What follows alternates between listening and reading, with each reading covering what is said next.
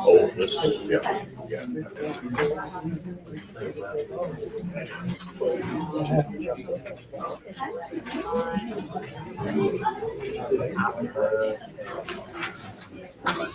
Right.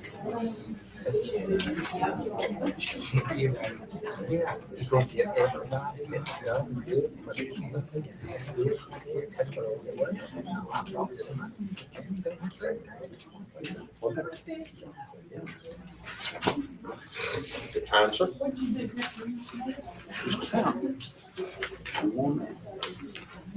Or creepy clock. It's battery. Well, Bill, that's for you, because it's moving.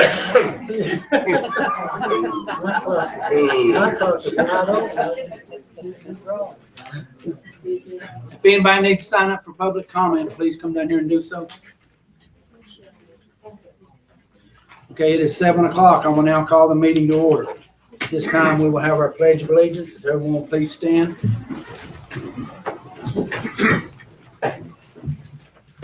I pledge allegiance to the flag of the United States of America and to the republic for which it stands, one nation under God, indivisible, with liberty and justice for all.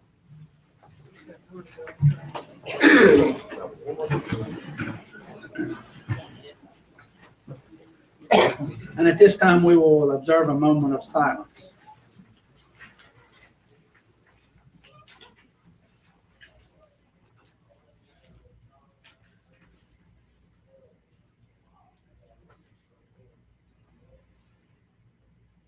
Thank you. Okay. Board, before you, we have the agenda. Anyone have any additions or deletions to the agenda? The first change will be number 8. A will be omitted, so if you will, just mark through 8A. And Dr. Daly will be doing that for number 8. So if you'll strike Miss Cody and then put Dr. Daly.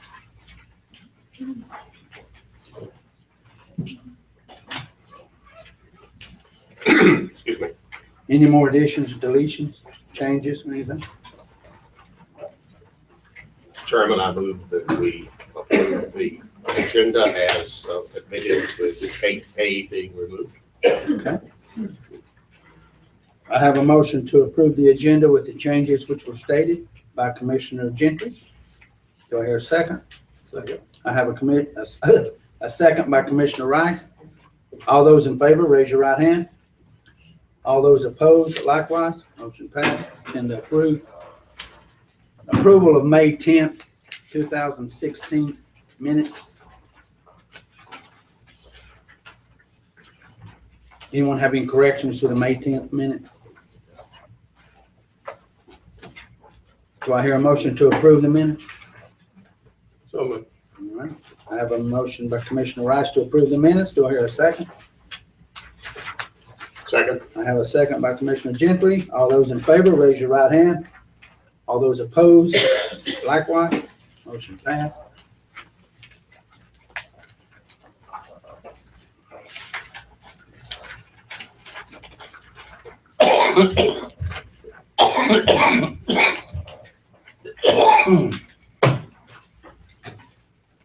Okay, we have several people signed up for public comment.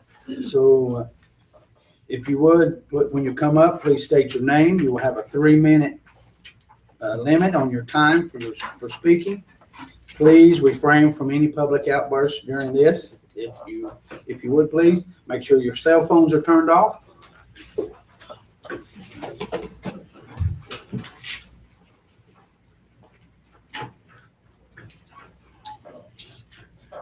We have several signed up.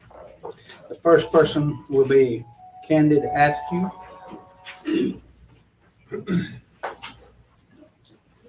Candida. That's Candida. close. It's close. Candida. Okay. Thank you. I just noticed stand up when people pause. Thank you.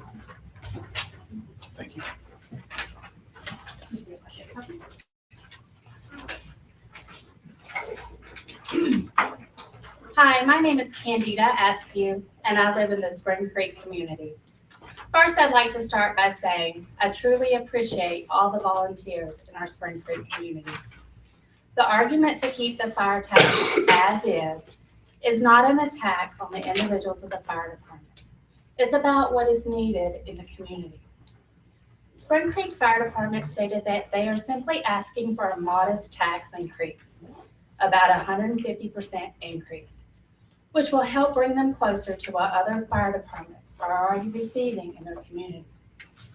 It's true that the fire department currently receives only 2 cents on the dollar, but it doesn't mean that they receive the least amount of revenue in the county. As a matter of fact, 3 other fire districts receive less money than Spring Creek. Spring Creek receives $15,482 more than Jupiter. That's included on the handout that I gave you guys. When you have some spare time, please review the handout. I think it would be an interesting exercise to fill in the numbers for the other fire districts.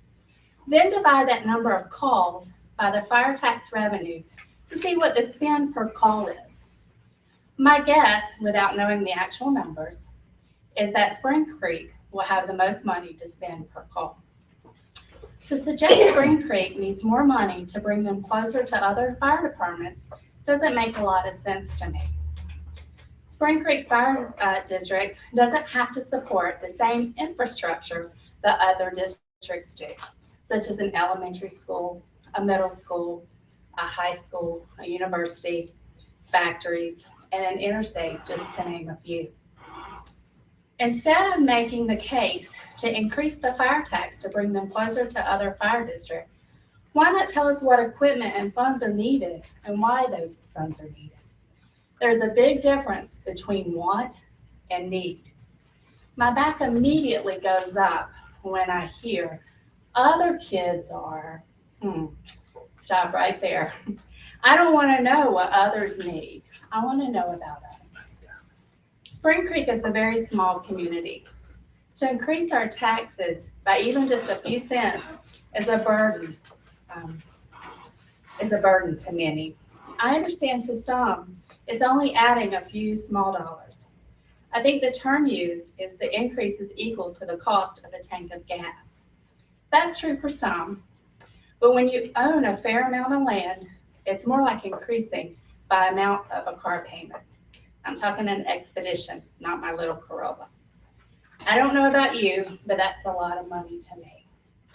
As of April 20th, 2016, according to the news record in Sentinel, 26% of Spring Creek residents had failed to pay their 2015 taxes. Okay, your time is up. Sorry. Okay, that's all right. Thank you for your time. Thank you. Thank you.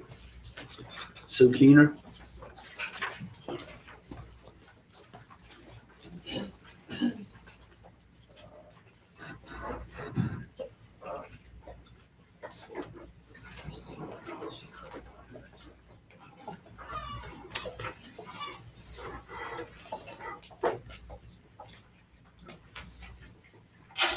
First of all, I'd like to thank all the commissioners for allowing us to come and present.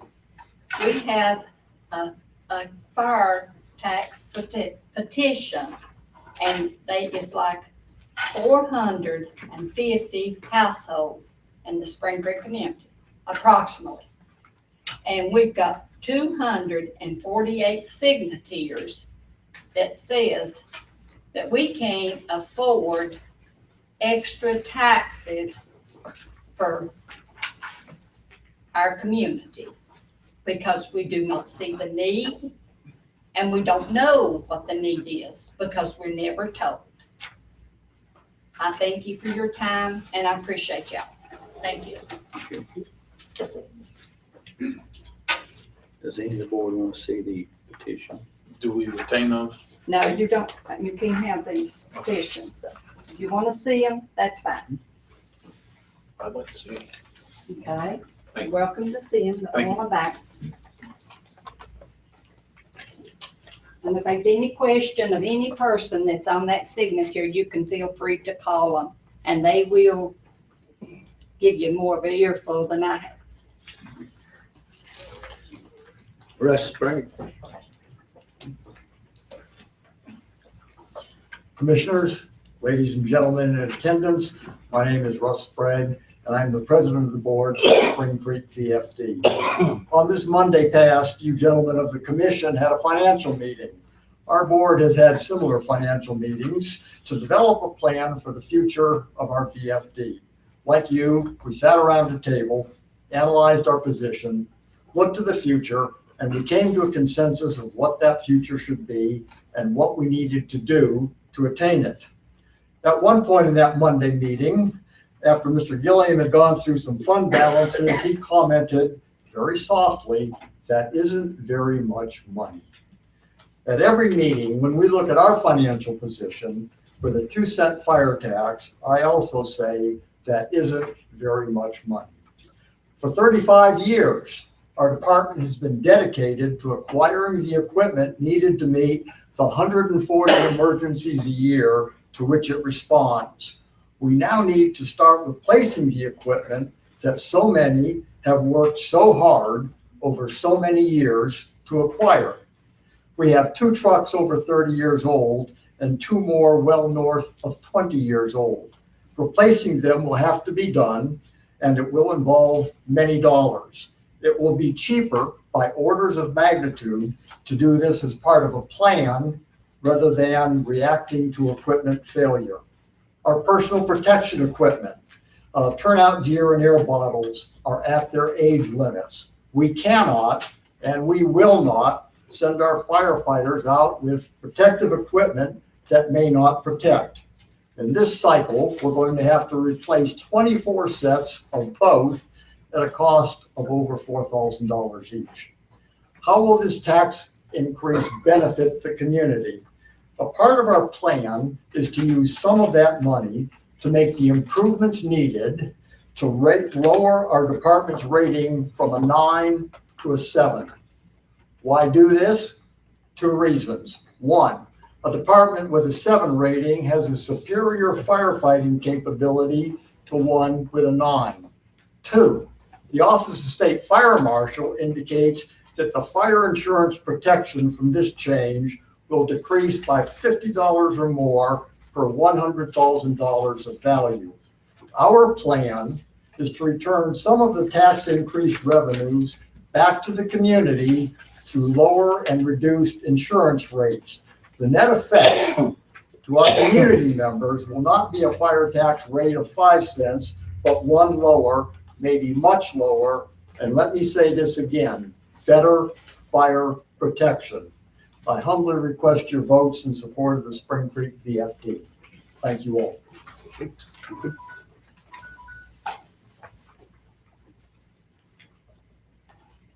Mr. Jeremy Trenton.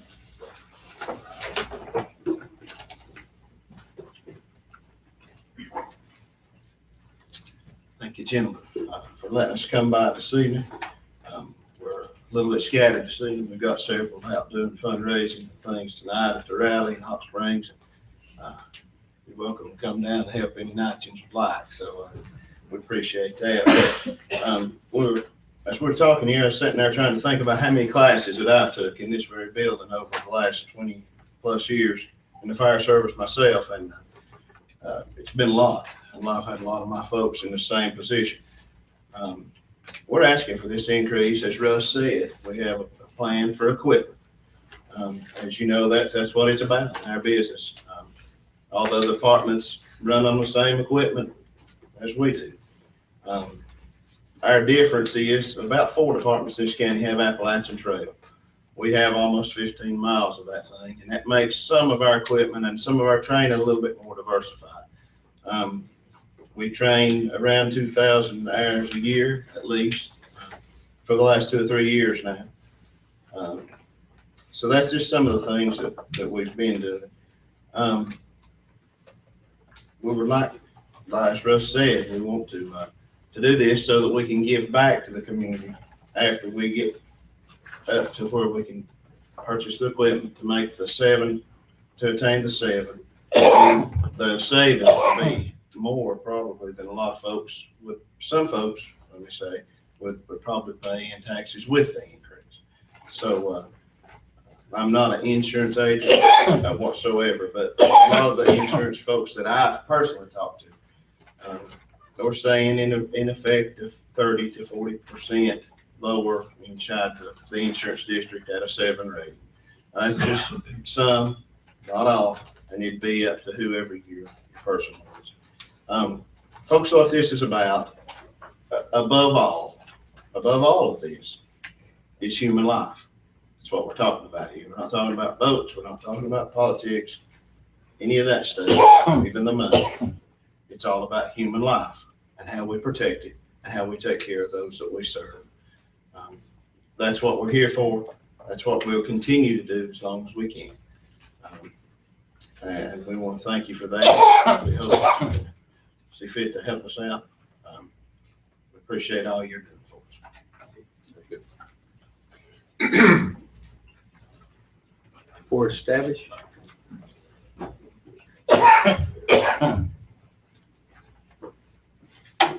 Commissioners, thank you for letting me speak. My name is Forrest Stavish. I'm Assistant Chief of the Spring Creek Volunteer Fire Department. With the fire department, we primarily do 3 things. We train, we respond to calls, and we fundraise. As volunteers, we don't have the time or manpower to do all 3 of these things. Even with the 3-cent increase, we still have to include fundraising in our budget, and we understand that. So scaling back on the amount of fundraisers we do will not only allow more time for us to train, but it will also allow more time to free up our firefighters and EMTs to respond to calls. It concerns me greatly when we have a large number of our members at a fundraiser outside of our district. With that, then we have less of a response, and that's one of our big income makers is fundraising. Furthermore, if you were to calculate the amount of time that we put in fundraising, from purchasing the trailers to purchasing the food, to washing the dishes, to cooking the food, the list goes on, the dollar amount you put on that time, it wouldn't be worth it. Yet each year we do this, and each year we go back, and the cost goes up for the food, the gas, everything that we need to do this fundraising. And we still get either less or more income. It's a gamble. Again, I'm not proposing that we want to eliminate fundraising after we receive this 3-cent increase, but we simply can't. We simply can't eliminate fundraising from our budget. We understand. As a fire department, it is our duty to make sure that we have equipment that functions, turnout gear that is up to date, and personnel that are highly trained. If we fail to keep equipment and gear up to date and personnel trained, then we fail our community. So now I'm asking that our community help us. Thank you.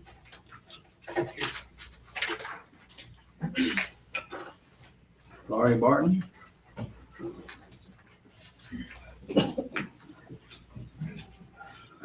Good evening, everybody. It's nice to be here. Thank you for the opportunity to speak. I'm Lori Bartling, and I'm the training officer for the Spring Creek Volunteer Fire Department. I wanted to speak just briefly to Mrs. Askew's point. I'm not entirely sure that is a valid comparison. All fire departments are required to have certain equipments to meet whatever emergencies arise. So it's not so much a straight comparison. We're all required to have a certain minimum of equipment to meet certain emergencies. I originally intended just to give you guys a bunch of facts and figures as training officer. Last year we trained over 2,800 hours. This year we've already trained over 2,000. I do think the facts and the figures are overwhelmingly convincing in favor of this, what is indeed a modest tax increase. But this debate has clearly become not only about facts and figures, but about feelings. And as a member of this community, that means a lot to me. At church last Wednesday night, the lesson really resonated with me. And though I've heard it many times before, this time it really struck home, and I'll never forget it. In fact, it was our fire chief, Chief Trantham, who taught the lesson that night. It's just 3 simple, profound words: love thy neighbor. Our fire department is founded on that concept. It's the product of unselfish love. Love for our neighbor, love for our community, and love for the fire service. Being a volunteer firefighter means that you give up a lot of precious things, precious hours and precious energy spent away from your family, your home, and your job, because we believe that helping your neighbor is not only a choice, but the duty and responsibility of each and every one of us. And that's why we've committed ourselves to doing all of the training we have. Just think about that 2,000 hours and look at your own life. And could you find 2,000 hours in the first 6 months of this year to give to your community? It's worth thinking about. And it's why we roll out of bed at 3 a.m. for a call or drop what we're doing to go change somebody's tire. It's why we serve our community. It comes down to love. We love Spring Creek and we love serving the members of our community. It's what we do. So I have to confess that I'm mystified that others in our community, and many of whom we've helped many times, do not seem to support us wholeheartedly.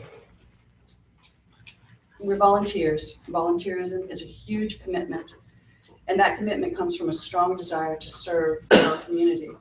For example, many more of our personnel would have been here to support us tonight, but we have people training in Leicester, fundraising in Hot Springs, and the rest are on call on Spring Creek to cover the calls that may come in. That is dedication and action. All we need in return is for our community to support this modest tax increase so that we can obtain and maintain the equipment we need to fight fires and respond to medical calls safely and effectively. There are human lives at stake here. We devote ourselves in the true meaning of the word to preserving life and property in our community. We are the 911 24/7. Thank you for listening. David McCrum.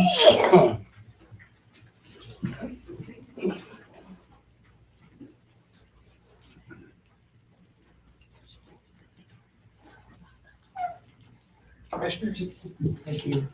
It's not good to go last because everybody's covered everything, so I could say ditto to all of those things, but I am the chaplain for the fire department, and one of the jobs that I have is the spiritual well-being of the people that are there. And why I talk about that is because, like others have said, everybody's committed their lives to be able to go and to do the things that we're called to do. When the tones go off, we're ready to go and take care of the situations. As a firefighter, you're ready to go out in any kind of fires. As an EMT, which I am, ready to go out to take care of anybody that needs any help, whether it's broken bones or whether somebody's passed out or whether somebody needs CPR. We're there to be able to help them. And that's the thing about volunteers, is we're there to be able to help. Do whatever we can. As a chaplain of this fire department, the concern for the people that are there is my responsibility. I feel that. I pray for this department. I pray for the community on a daily basis. And seeing what they're going through right now, hearing that there's such an opposition that's coming against us is really tough, but I keep encouraging them to keep their eyes fixed on what they've been called to do. And so we have many things. Taking care of the spiritual well-being of the department is the main important thing for me. We go out on fundraisers, and sometimes we have to go even to another county. We've been asked to come into another county to be able to raise funds, and they ask us to do, they want us to come. And it's great to have another county be interested in us and wanting to support us. But those three things I think were mentioned by Forrest is fundraising, training, and our calls that we go on. Fundraising is important, it brings finances in, but the training is long hours, but it's important. If you don't have the training, you can't be able to accomplish it. The calls are important that we respond to them. To me, I ask myself this question. Can I do all three of these? Is there one that I would need to let go? Which one would I let go? Would I let go of the fundraising, the training, or the calls? I think everybody here would understand that I would let go of the fundraising so that I could spend more time doing what we're called to do. Thank you very much. Thank you. And I don't know about the last name, but it looks like Dan Marvelous. Okay. I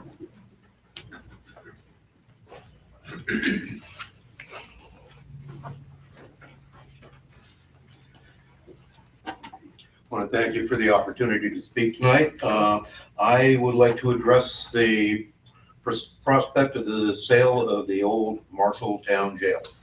And what I would like to say in sum is you've been given an offer that you can't refuse. I did some research online. I found one comparable property throughout the country, an old jail in the middle of Iowa, same age as ours, over 100 years old, about the same size, about 3,000 square feet, not in a floodplain, well-maintained over the years with replacements of furnace and windows. That property sold for $49,900. The fact that the county has been offered twice that amount for a jail that, from what I've been told, will cost several $100,000 just to bring it up to code, to make it usable by anybody. To me, there is no question that we have been offered a wonderful deal, and I urge the commissioners to vote in favor of it. If anyone would like to see the property, the comparable property that I'm referring to, I have handouts here. If anyone would like to see one. Oh, and one other thing, the tax value of the property seems to be mentioned in every media article that I have seen about the jail. I personally do not understand what this number means. This is a county-owned property. It has never paid real estate taxes, never paid property taxes. Where this number came from, I have a few theories, but in the context of the prospective sale, I think it is totally meaningless, and I think you would be very safe in disregarding it as a number pulled out of, well, not necessarily thin air, but I would be very surprised if anybody could come up with a logical, rational explanation to substantiate that number, and I don't think it exists. So again, I urge you to accept the offer and move forward, put that property back on the tax rolls so that it can start generating income for the county on an ongoing basis, besides providing a substantial amount of money to be applied towards the renovation of the courthouse, which is going to take a lot more money and a lot more time, but anything that the commissioners can do to help defray those costs without requiring raising revenues, I think the county should jump at it. Thank you. Thank you, Dan. Dan, can I see one? Yes. Thanks. Okay, folks, that will end our public comment session. Thank you. Here is a map that shows where it is located. Very good, thanks, sir. Fourth item on our list is landfill hours. It's been brought to my attention that we need to discuss the hours that the landfill is in operation.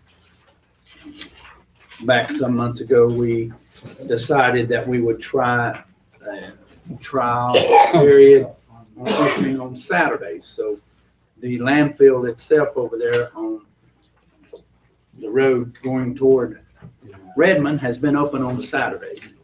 And we have been getting some business on Saturdays there. And I wanted to bring it before the board so we could discuss the hours. This is something we need to talk about if we want to continue being open on Saturday.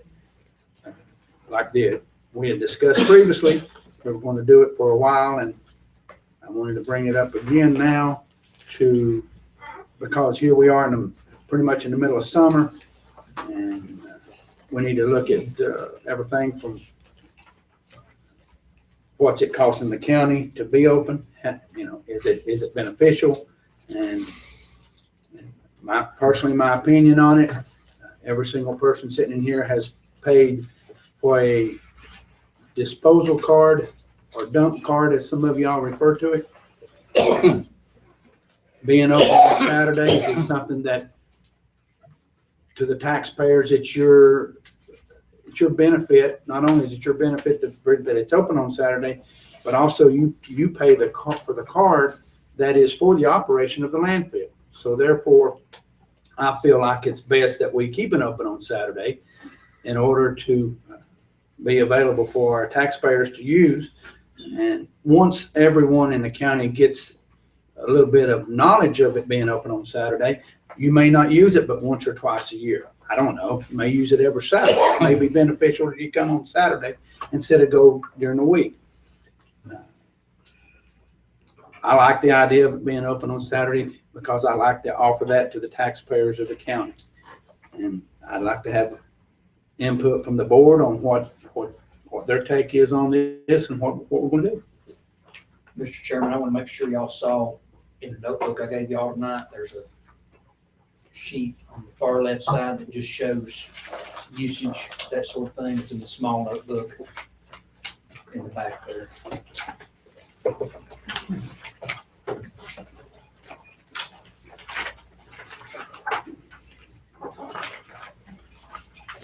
In the back for Left-hand side back sheet. In the flap.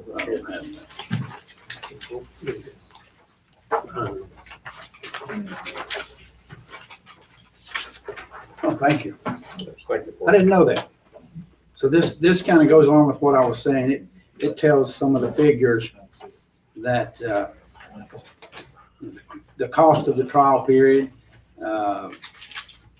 what was budgeted, what the results are, the demand. Of course, I feel like the demand, because of it starting when we started it in March, because of the cold weather and a lot of people weren't doing construction, remodeling or anything, and cleanup and debris and that sort of thing, that it didn't get used a whole lot in March. This is my personal opinion, so that's what I am voicing here on this situation. Okay.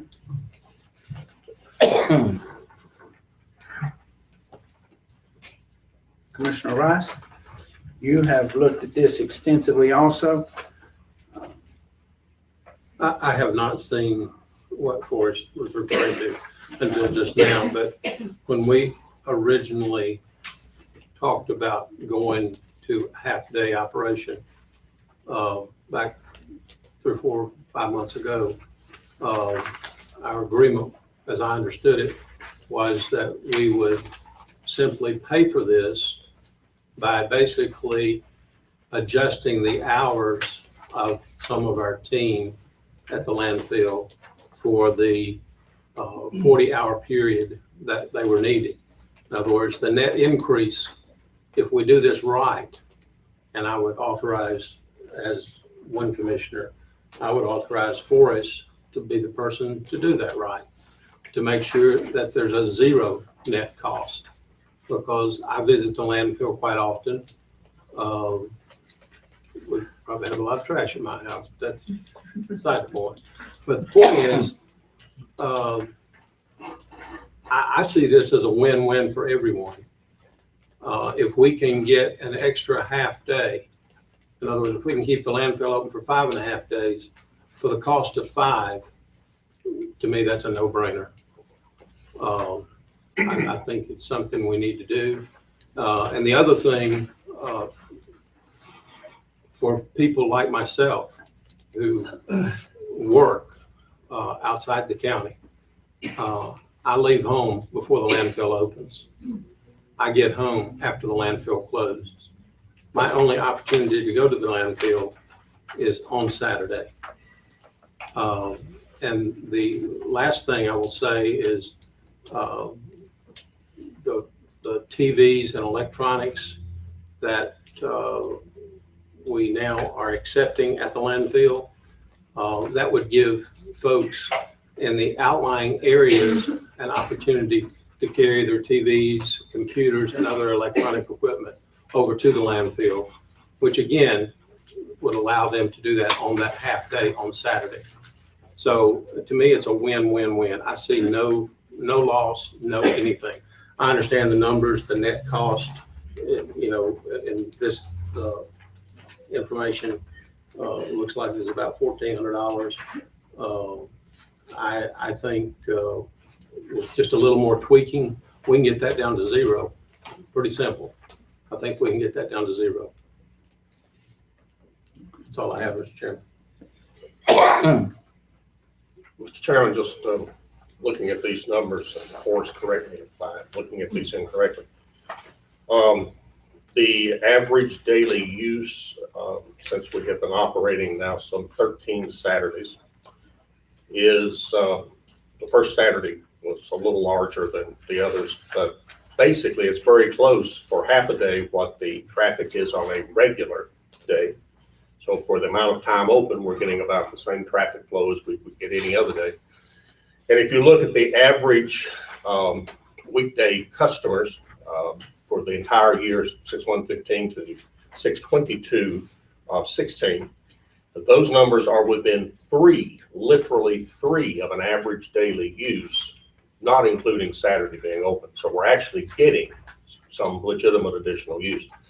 We all know that the county is experiencing the largest construction boom since mid-2000s.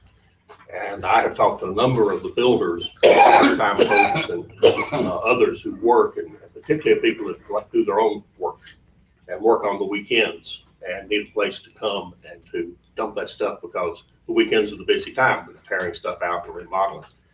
And I agree with Clayton that I think this is a good thing, and I think it justifies us continuing to do it. Okay, Mr. Chair. Did the money equal out? We didn't say we didn't come out zero, is that right? From the time saved for the. That's correct. $1,400, is that the difference? Actually ended up being 1,700, which is not. 1702. And that is actually what was adopted. What you all discussed when it was voted on was the 1481. And then after that meeting, there was discussion about the potential for changing schedules during the week, and that costing zero. That's what we're doing for the office person. The other two employees, because we have saved more money overall by eliminating a couple of positions, we're shorter staffed during the week. So overall, it's still a savings, but it makes it much more difficult, if not impossible, to cut us down any during the week. So that's made that harder. But eliminating those positions saved $20-some thousand overall. So by eliminating those positions, you saved, I think, $26,000, and by doing the Saturday hours, you save $1,700 less. Yeah. So it's still a huge savings overall. Yeah. Well, to me, it's more than just dollars. Mm-hmm. It's the opportunity for, again, I will say, it's the opportunity for people to actually access the landfill that belongs to the taxpayers of this county. It's not my landfill. It's not Wayne's landfill. It's the taxpayers' landfill. That's who owns the thing. And I think y'all need to be able to get in 5.5 days a week. I feel strongly about that. As you can probably tell, I've been beating this horse for a while. Ones of y'all been coming to the meeting, y'all know that. Ones that hadn't, welcome to my party.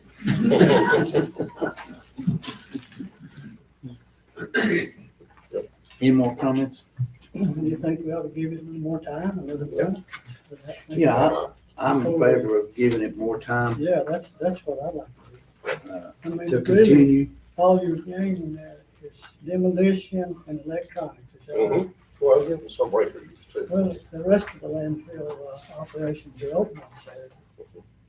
And I'd just like to give it a little more time. If it's, if people use it, fine. I'm interested. I just want to know if it's worthwhile. Well, it is. It is worthwhile. And it will be more beneficial, I think, as time goes on. And if we decide to continue it for so many months from now, or however way we decide, then at the end of that, we will reevaluate it and look at it. And Forrest has provided us with some good numbers. We'll look at those numbers again. And if it's a steady increase, then we know we are doing the best for the people here in the county. I would disagree with that, Mr. Chairman, because I feel that we need to take a stand as to what the hours are, eliminate the confusion in the community. The landfill will be open 5.5 days would be my motion. And then if we decide later on that we need to come back and change that, we would do that at that point. But, we don't need people to be confused. Is the landfill open today or not? No, landfill open today or not? I understand. But I would just say, let's make sure that when we leave here tonight, if we vote to leave it open, let's don't put another string on it. Let's just leave it open for 5.5 days. And if we decide, in 6 months that nobody's coming, then we'll make another decision at that time. And We may not have to do that. And that is what I was alluding to, the fact that I want to keep it open 5.5 days. We'll look at it later, whatever we decide, a year from now, whatever. Commissioner Webb? I have no problem as long as we can maintain the cost at a very minimal level or at a revenue neutral level. I really have no problem with extending the hours to include Saturdays. But I think this board, and that task will fall to Forrest, needs to revisit it quarterly to make sure that the utilization is there. I don't think we have to re-vote on it every quarter. I think we do need to revisit it and make sure that it's being utilized. We may determine that in the winter months, nobody comes on Saturdays. And if that's the case, then we can save some money by having winter hours and summer hours, just like a lot of different facilities in our county do. So, you know, if you guys will agree to that caveat, then I have no problem with supporting your feelings to extend the hours on Saturday, as long as we can keep it at a minimum cost to the taxpayer. Commissioner Rice, did I understand you made a motion? I did. Okay, could you repeat your motion, please? I make a motion that we continue to operate the landfill 5.5 days per week to be determined by our county manager. I'll second that Okay, motion. I have a motion by Commissioner Rice for the continuation of the 5.5 days of the landfill, second by Commissioner Gentry. Any more discussion from the board? Okay, we have a motion. We have a second. All those in favor, raise your right hand. All those opposed, likewise. Motion passed. Thank you.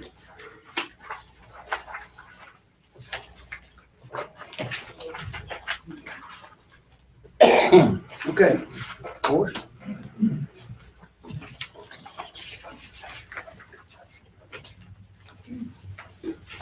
Members, you have a notebook with you, and you'll find the notebook much more useful after this meeting probably than tonight. It's probably just cluttering your space right now. But in that notebook, you have a copy of the full budget worksheets for the recommended fiscal year 2016, 2017 county budget.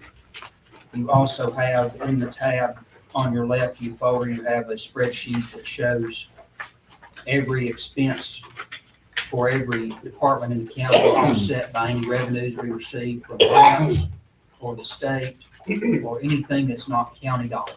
In county dollars, we would consider sales tax, property tax, direct user fees, that sort of thing. But that gives you an idea, and we'll also have that shown in other ways, but that gives you an idea department by department what everything is actually costing us in those local tax dollars. And as we'll discuss in a minute, that changes how a lot of our spending looks in Madison County. All of this information, once you all adopt it, will be placed on the website for anyone to review. You also have an updated copy of the memo that we went through Monday night regarding the budget with highlighted changes as a result of your discussion, as well as we got new numbers on vehicle taxes so far, and they were a little bit higher than what we had last year. So there's an adjustment that increases our revenue from vehicle taxes and decreases our revenue from the prior year's property taxes, because we're trying to bring that number to a more realistic level. You also have a copy of a PowerPoint with some slides on it that I'll briefly just go through with you, and I think members of the audience have copies of that as well. But the proposed general fund budget is $22,745,945. That is growing from last year. A great deal of that is from the additional $676,000 in restricted sales tax monies we get from the state for education and economic development. The landfill fund, general fund with the citizens is funded by property taxes, sales and use tax, building permit fees and other user fees, as well as a significant amount of state grants, state funding that comes to this, not necessarily a grant, cost share type of situations and that sort of thing. Landfill fund operates completely independent of the general fund. No property tax dollars or sales tax dollars go into that. That is entirely paid for by the solid waste disposal card, which you all last year lowered to $160 per household. This maintains that level. Also funded by tipping fees, commercial haulers, as well as citizens, construction demolition free. This budget does increase those tipping fees by $3 to get us even at $3 a ton. That gets us even with counties around us and should be a minimal cost for the average person bringing something across the scales. We also have the 911 fund that's funded with telephone surcharges. It has to go to specific areas within the 911 budget that are actually outside our general fund budget. And you have the tourism development and occupancy tax fund that's paid for with occupancy tax dollars on room rentals in the county, and that's administered by the TDA. That's Tourism Development Authority. That's $192,000 in that fund for this year. And then you have your combined fire district taxes for all of the fire districts in Madison County based on existing tax rates. The total for the whole county is $1,310,449. Next page, you'll just see a simple chart that shows your general fund revenues by source, which is what I talked about earlier, the different places where we're getting our funds. As you can see, we get a significant portion of our funds from current year's property taxes, prior year's property taxes, motor vehicle taxes. About half our budget is coming from some sort of property tax. And then we have just short of 14% from our sales tax, and then 35% coming from those other revenues, which we discussed earlier, which is all sorts of things. We're making progress, as you all know, on the collection of property taxes, particularly current year taxes, which is that biggest category. Our collection rate has increased over the last 4 years from 90.5% to 95%, which is that's about $500,000 in revenue coming into the county that if we'd stayed at the 90.5%, we would be getting. That's great work by the tax office and others to really get people paying those taxes on time. The second category is prior year's property taxes. That is harder to predict. Those could be 2014 taxes and going back before that. Those are difficult. The longer you have to get out there, the harder it is to collect. And we are trying, because our budget a few years ago vastly increased the projections from prior year's property taxes, and we didn't come near our target. And then the second year, former administration turned around and increased the goal again, and it puts an automatic hole in your budget because it's money that you don't know if it will come in. Tax office and attorney are working very hard to collect all those taxes. If they're very successful and collect them all this year, we're going to have a zero on that next year. So it's not going to happen exactly, but that's just theory of it. It's one-time money. We have to be careful about budgeting for long-term expenses beyond a certain amount we know we'll get every year. The next slide is general fund expenditures by various functions and departments. This is for the total budget, total general fund budget. Our number one category with just under 24% of our budget is social services. But if you flip to the next page, just compare these two, you can see once you back out the county funds, social services moves into fourth place to just 12%. So most of that money is state funds that come in and reimburse the county for various expenses. Public safety is number 2 on overall dollars and number 1 on county dollars. That includes the sheriff's office, emergency management, building inspections, and fire, the Forest Service. You also see health and human services as number 3, which falls to number 5 on just county dollars, and various other categories that go from there. It's generally in line the same proportions as we had last year. We have seen the biggest growth in economic and physical development, which is the next to last category. It's only 3.39% of our budget, but last year it was 2.22%. So due partly to that increased sales tax money that we have coming in, that's improving.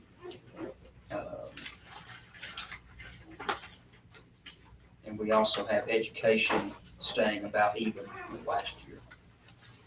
That last year was just to show you generally how the county dollars are being spent.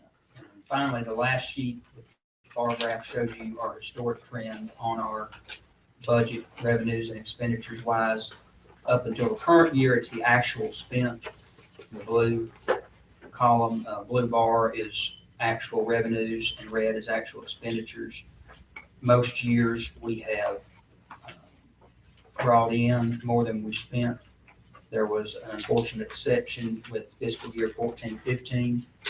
That's caused, we ended up spending $400 and some thousand more than we had in revenues that came in. It's partly because of the property tax issue I told you about. We budgeted a lot of back taxes that we weren't ever going to get. And they also budgeted a number of things from fund balance, which is our savings account. The budget for that year included $500,000 in recurring expenses for salary increases, additional positions, additional funding to the schools, and it was not offset with other funding reductions. Last year's budget made a number of those reductions, and this year's continues some of those. Most of that is all repeated in the memo. Just you can see the actual numbers there. I won't go through everything here because I've done that before, but I'll answer any questions that you have. I will say that the vehicle tax increased to $125,000, by $125,000. That's a good sign. First of all, collections have increased because of the state's system and tag and tax together, which this is the second full year that's been in effect, and people can't get their registration renewed until they pay those taxes. But also, I think it's a sign of people buying new cars that are valued at a higher level. So that's bringing in additional money to us. Sales tax, most of the money that we receive from the sales tax, there are two ways we receive that. One is the per capita method, where every county, wherever a purchase is made, that business sends that sales tax money to Raleigh, and Raleigh then divides that up among all 100 counties based on their population. So that means that the small counties like us benefit greatly. Buncombe County, I checked today, their sales tax budget, what they get from the sales tax is $36 million, bigger than our general fund budget. So that shows you the discrepancy, and I hate to even think about what Mecklenburg and Wake County's sales tax budget would be. But because of that per capita distribution, small counties get back more. We have a smaller portion that comes from the point of sale sales tax, which in Buncombe County is probably a bigger portion of theirs. That's actual sales made in the county. It still goes to Raleigh, but they send it back to the county where that sale was made. And that's a challenge, depending on your retail sales tax base and your commuting patterns. For our county, we have a lot of money that is spent outside the county. But one positive side, even though it's a small amount, we're seeing our point of sale sales tax increase by 5%. The rest of the sales tax that comes from statewide is improving only 2.5%. So even though it's a small amount of money, that's a good sign that new businesses are opening, more people are spending money here in the county, and that's exactly the direction we want to see that going and continue to encourage. Some changes in other revenues. A national trend is continuing with the decline in housing of federal inmates. That leads to less revenue coming from that for our jail. But the sheriff has worked out some arrangements with the state that makes up for almost all of that to house additional state inmates. So we're seeing that basically break even. We've got about a $4,000 loss there. Health department revenues are down just slightly, $15,000. We have a few grants that expired that both revenues and expenses are decreasing. And we have some cuts from the state to programs that help, funding that helps our community services program, including transportation, in-home aid, senior companions, and the nutrition program, about a $15,000 cut that the county is absorbing. Some increases in other revenues include additional court facility fees, additional building inspection fees, and register of deed fees, which again is a good sign of an improving economy. Those continue to increase, though they're still a good bit lower than they were in 2007 or 2008.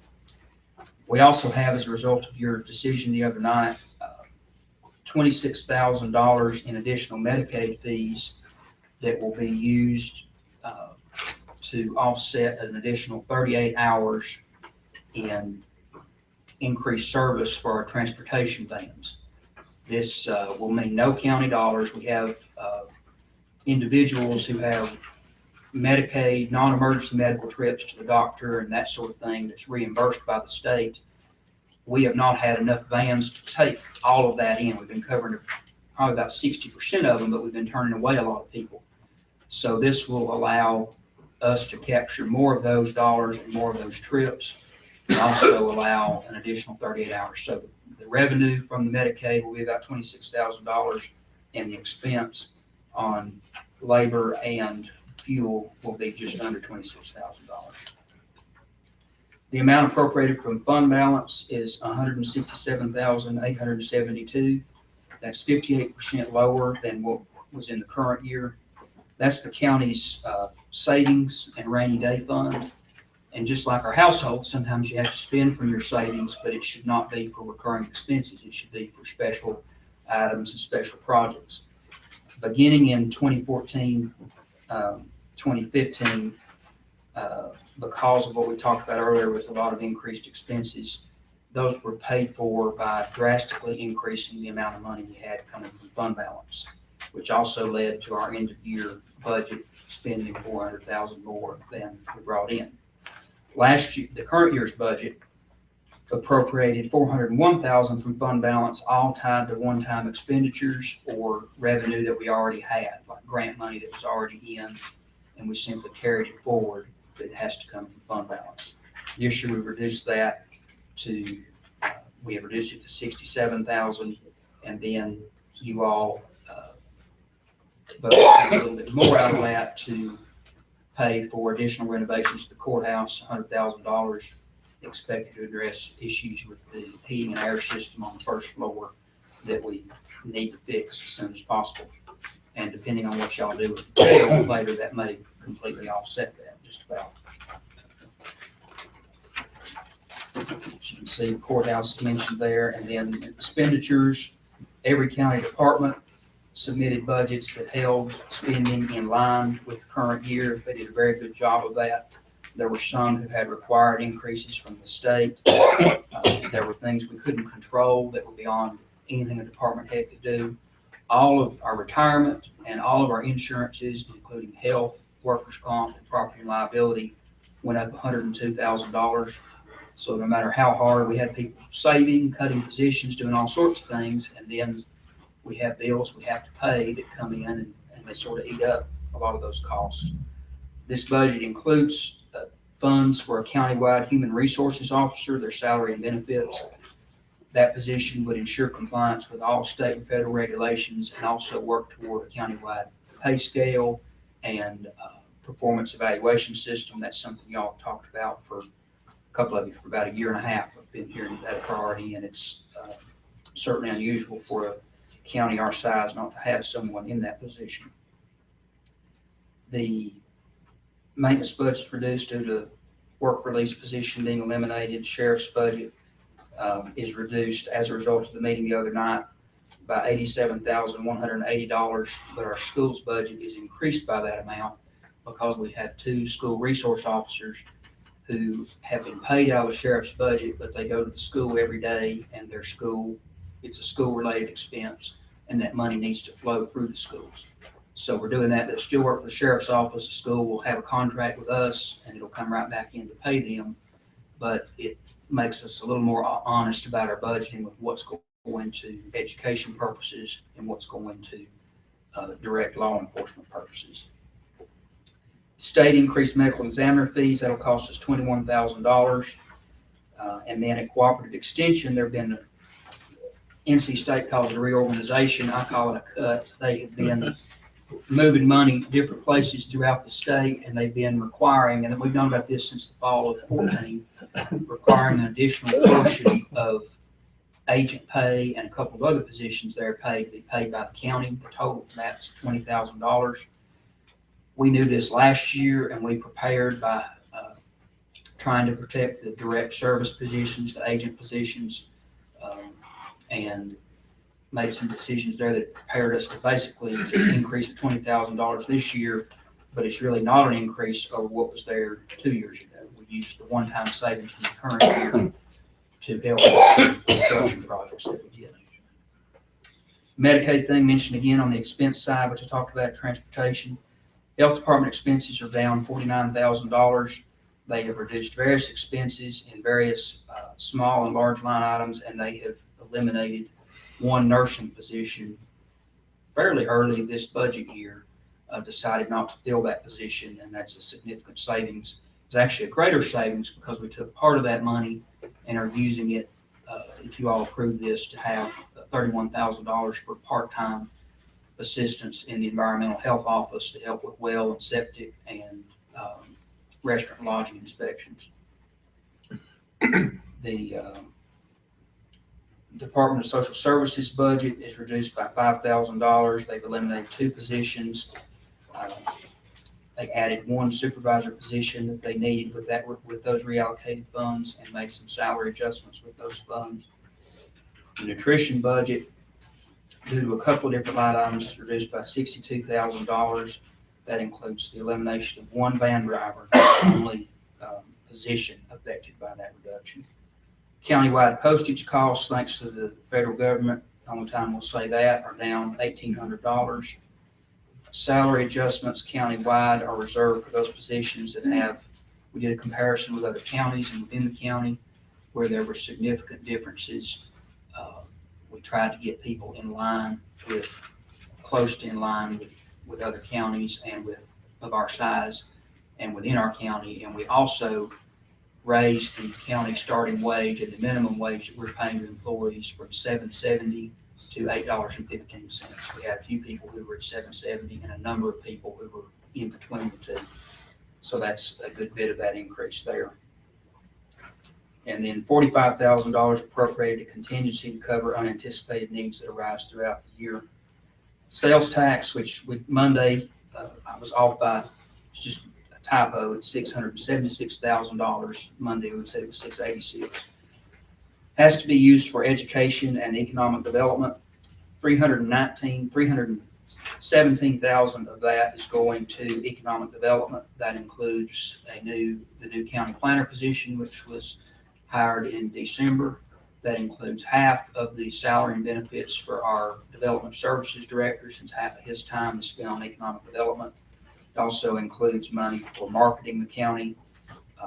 We had budgeted $8,000 for that last year. Yancey County spending $80,000. Mitchell County was spending $150,000. Buncombe County spending now 10, 12 million, something like that. We were way out of line, and this sales tax helps us to catch up on that. $148,000, and we also set aside $8,000 for grant matching related to economic development. If these funds aren't spent, we'll save them and keep them reserved for these purposes. $149,000 in continued funding for public schools current expense, and set aside $98,000 for public school efforts related to workforce and economic development that will be worked out here in the next little bit with the school system. Potentially some programs in their CTE department. $112,500 for AV Tech's operating costs. We paid maintenance. That's what the counties are responsible for. That's a $5,000 increase from the current year. And we cut them last year, so we're really putting them back to where they were year before last. On the public schools, since you met Monday, we've done $87,000 change between the sheriff's budget and the school system, which brings our school current expense to $2,490,740. We are also funding $92,000 for the BK Early Childhood Program. That is money that goes to the schools that the Board of Education determines how to spend it. It's used for a couple of maintenance positions and then a number of operating costs that they have the state doesn't cover. The state provides the vast majority of the school system's budget, which is actually about the size of ours system-wide. Schools are projecting a 64 student decline next year, which is why the state is cutting some funds. The Board of Education has requested help from the county to offset those. We'll continue working through those with leadership changes and some things that they're looking at regarding the energy savings loan there. There might be further tweaking after that information becomes available in July. Y'all may want to do a budget amendment based on that information for some of those things and potentially free up some money within their current allocation by using 4042 funds to cover that energy debt. There's $529,667 in 4042 sales tax funds. That's sales tax money from Article 40 and 42 that has to be used for school construction or school buses. One of them can be used for school buses, the other one can't. Can't be used for teachers' pay, and it can't be used for anything else in the county if we wanted to. That is to pay $430,000 toward the indebtedness for the new building program y'all approved in January. Qualified school construction bonds that turned out to be interest-free. Also $100,000 for the school system to have for general maintenance needs from those funds. And as we've seen throughout, as different needs come up from the school system, that will likely change throughout the year. $61,650 funding various nonprofits in the county. $850 for every community club.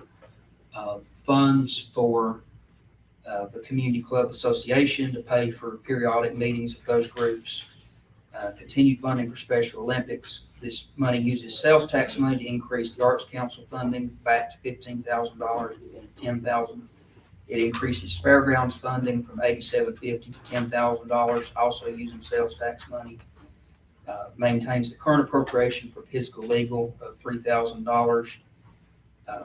Increases funding for My Sister's Place and Helpmate from $10,000 to $15,000. Maintains funding for United Way 211, which is matched by United Way of Asheville, Buncombe County. Increases funding for the Community Housing Coalition from $500 to $3,000 and restores a $2,000 appropriation to WNC Communities, which has not been funded for several years. They have the Pigeon River Fund under them, which has been very helpful to Madison County. The community club awards that we see, the banquets and grants that they provide to various clubs in the county. They're a good organization. They're not based in the county, which is probably why we've cut them before, but they're very good in Madison County, and this is a way to recognize that. Any questions on general fund? I'll point out one thing on physical legal. We left them at $3,000. Again, they're not in the county. I've been talked to since then and about the possibility of them opening up a location a couple of days a week in Marshall. Yeah. They've got a place to do that. They could do it for $3,600 for the year. That sort of changes that perception of it. If you all are interested in doing that, let me know. It can be done in this next year's budget, or it can be something done out of end of year funds, or it doesn't have to be done at all. But y'all just. I have a question regarding that. Mhm. What's the square footage of those offices? Well, pretty small. Not 110 square feet or larger? No. Okay. No, it's bigger than that. Huh? It's bigger than that. It would be, I can't estimate it right now.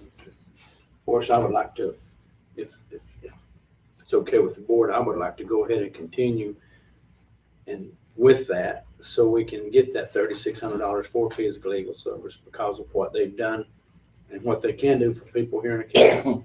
They've helped a lot.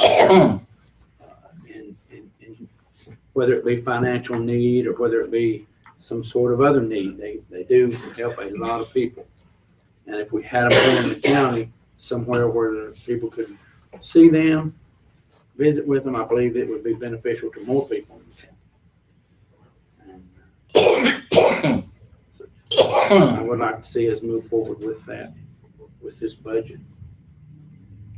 Is that possible? It is, you would, what you would end up doing, the best way to do it would be to increase the amount of current expense for the school system that's paid for from the sales tax by that amount, and that would free up that much money. An easier way to do it potentially, if you all want to do it at all, is using, we have some funds that aren't spent for this year that Darlene could talk about at the end. That might be cleaner and we don't have to impact the schools, but that's, Okay, that'd be good. We'll wait for our. same effect. Okay. Thank you. And y'all can talk about that at budget, if that's when y'all want to do it and discuss it at that time. Any other questions about general fund right now? No, sir. Landfill fund, as we talked about, one enterprise fund, $1,847,000. That is $434,000 lower than the current year. Current year's budget pulled out about $300,000 from their reserves to pay for equipment purchases and some things that we didn't spend that full amount, but we handled some equipment needs, and we won't need that money for this year. If we do, we can always come back and look at what's available there and work on that. Maintains the $160 per household disposal card, which was reduced from $180 for this year. It's been in place for a year. Does increase the tipping fee by $3 per ton. It appropriates $16,160 from the landfill's fund balance and landfill reserves. 3 vacant positions have been eliminated over the past year there. This budget will continue that. It's worked out pretty well, worked out very well. Small expense, but an important expense to our employees. Additional funds are allocated for the purchase of pants and steel-toe boots as part of the uniforms for our employees. We had previously just purchased the shirts, and we might, it'd be nice if we bought pants and the boots as well. So this includes that, as well as some salary adjustments like we talked about earlier to address discrepancies and get everybody to $8.15 an hour. And then there's $30,000 appropriated contingency for unanticipated needs at the landfill that come up throughout the year. And then the fire tax, there's a list in your budget ordinance document on the second page that shows the revenues from each district's fire tax. That is based on the existing fire tax rates. Any changes y'all would like to make is being considered require an action. The budget as recommended does not include any increase. Any questions on any of that? Everything else is basically repeated. This other stuff summarizes the rest of your notebook.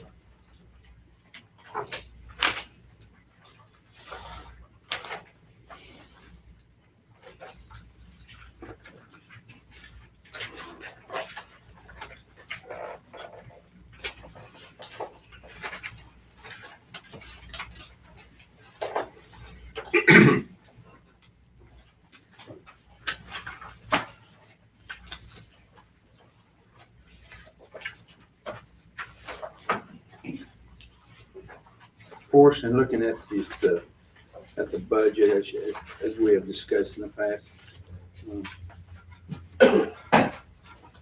the only fire department requesting an increase is the Spring Creek Fire Department. Correct.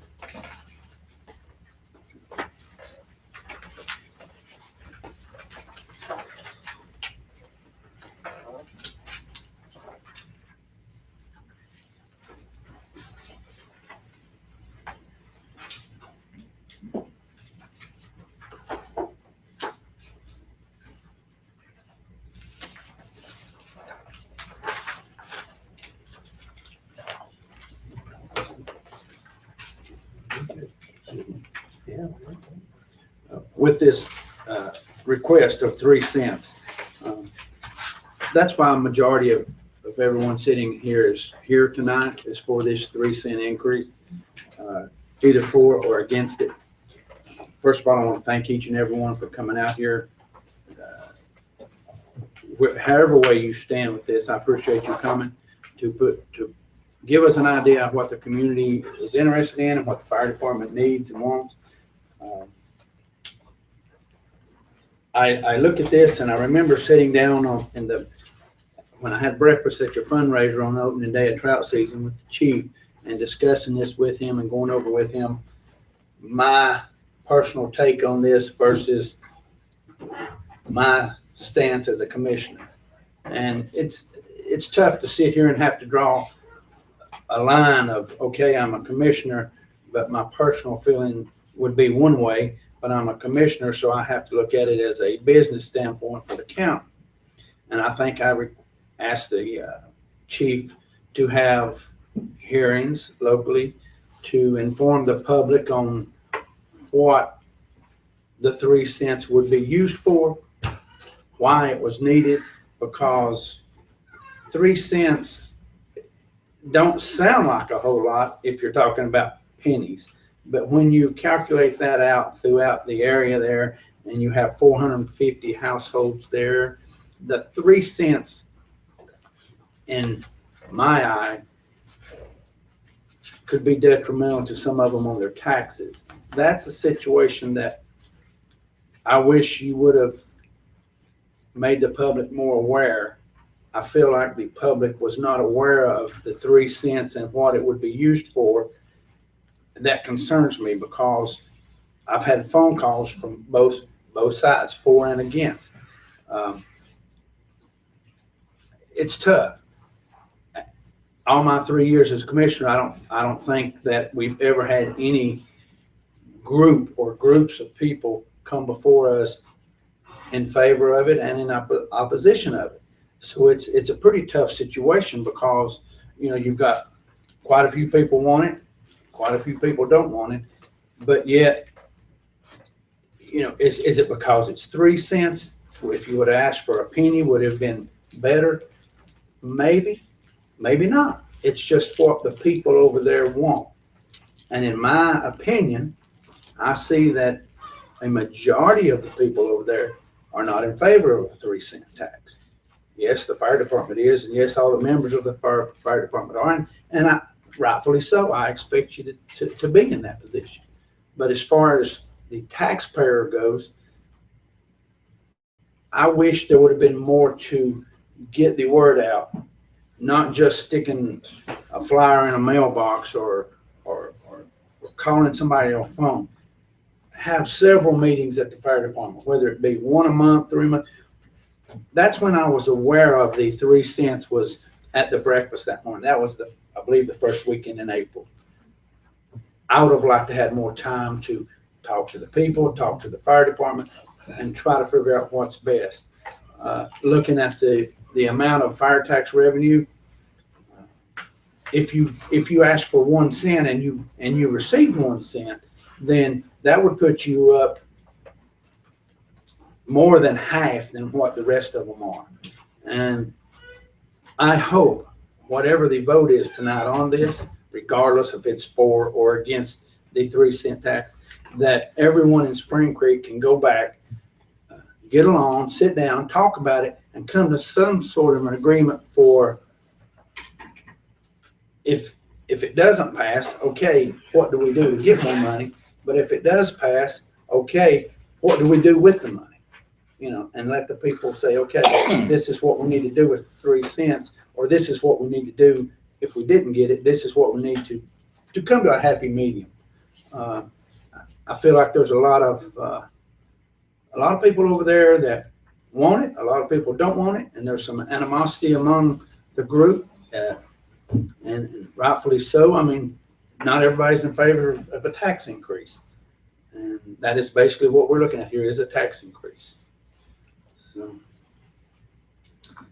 that's basically where I'm coming from with this. I wish the public would have been better informed. I wish the fire department would have had more than just, I know they had an annual meeting, and I know that the annual meeting, the budget was discussed and all that was going over.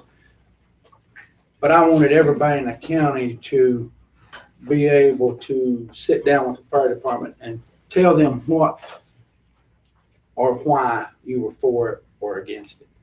To me, that would be beneficial to the whole community, you know? But I do thank each and every one of y'all for coming. It's a situation that we as a board are put in a tough situation here as far as how we vote for it. It's up to each member here to choose how they vote for it. If they vote for it or if they vote against it.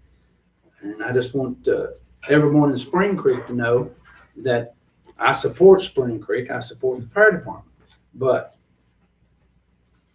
I, in turn, will not be in favor of a 3-cent increase because I don't feel like the people in the community have been informed enough to pay the 3 cents and feel comfortable about it and feel good about it. Therefore, I do not support a 3-cent increase.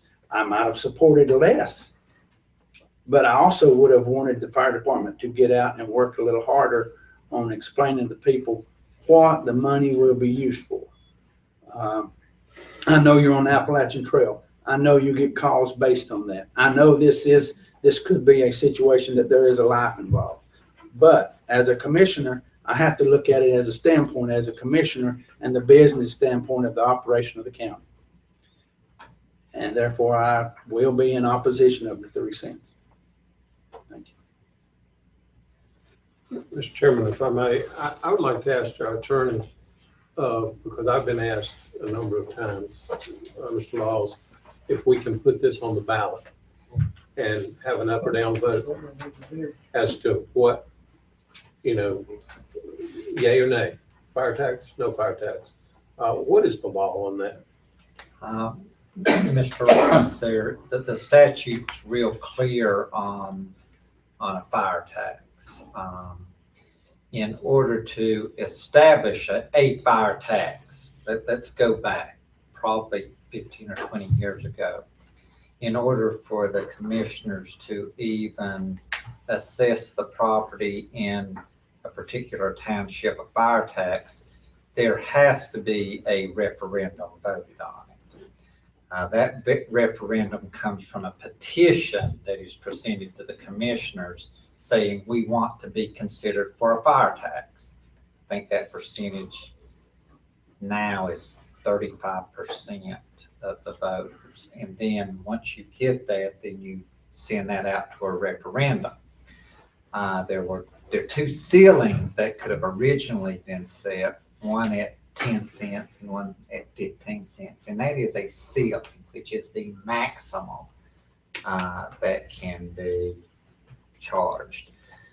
However, the statute also leaves, and you fine fellas here, the discretion of setting the rate. That is something that is within the purview of this board. It would be nice to be able to ask for a referendum and allow the voters to say, we want a 10 cent, we want 8 cents, we want 5 cents. But the fine fellas down in Raleigh did not give you that discretion to do that, no matter how much you may want to. They left the burden upon you to make that decision. So unfortunately, it falls on you to make a tough decision tonight. I wish I had a better answer for you, but it doesn't exist. Thank you. Appreciate you explaining to the people in the audience. And Mr. Gilliam had asked me about that yesterday, so I had an opportunity to review the statute before this explanation. Even if you get a petition like you spoke of in the beginning, even if you get enough names on the petition to have to put it on the ballot in November. Mr. Briggs, the statute will allow the petition to come in to actually allow for a fire tax to be charged. But once you've met that threshold, which we already have, can't refer it to a vote. Even a non-binding vote, is that right?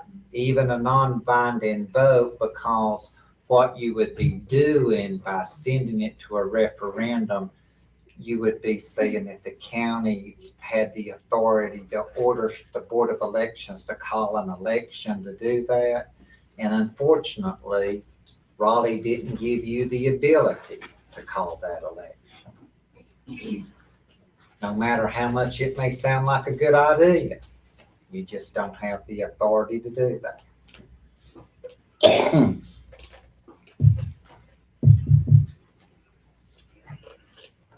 Well, I think clearly that a referendum would have been the wise decision.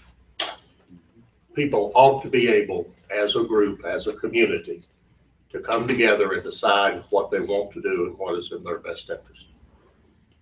Now, my mother was raised on Long Branch, on Metaphor, and her family is buried in the Metaphor Cemetery. So I know, and I have a very strong affection for the folks in Metaphor and Spring Creek. And it makes me very sad to be sitting up here tonight and see a divided community.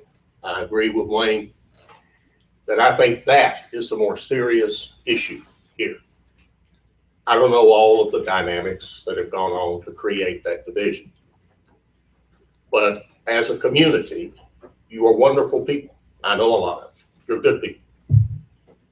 And I want to encourage you to find a way, and only you can find a way, to come back together and to come together and be a community again around this issue.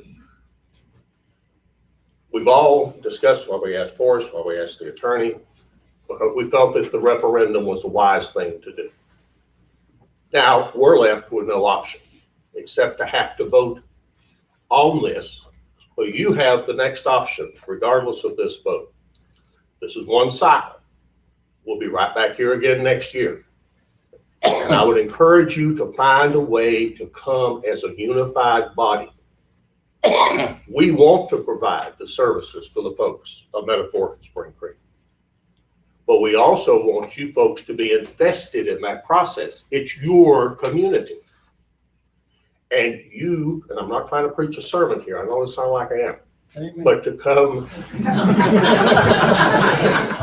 together and to come to us as a unified community. And we will be happy, I think I can speak for myself, I won't speak for anyone else, to support you in that unified effort.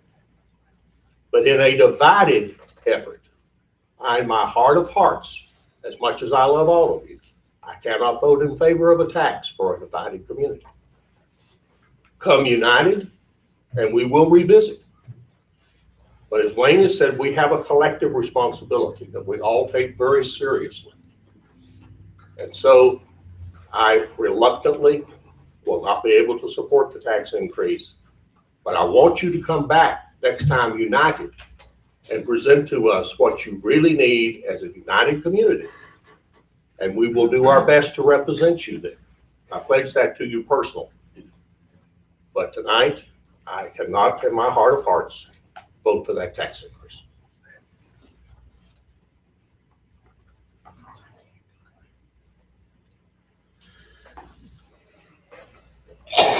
Bill? This has been probably, in my time on the board, has become probably the most contested issue that I've had to deal with. I feel a deep desire to support the fire department as much as possible because we all rely on their services. I'm in the insurance industry. I do realize what kind of difference that can make.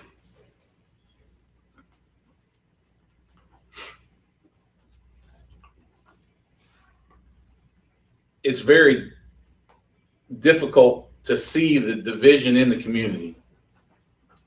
I have been, I've talked with more people in Spring Creek in the last 2 weeks than I ever have in my entire life. And that includes working that area from an insurance standpoint. But the division, I think, is based on a tremendous amount of misunderstanding between the two sides. In the time I've been on the board, that's hands down the best I've heard Norris ever give a speech. Donnie and I were talking, normally Norris just kind of rambles on and we all, I'm just true. But I do think that the overwhelming numbers that I have received communication from,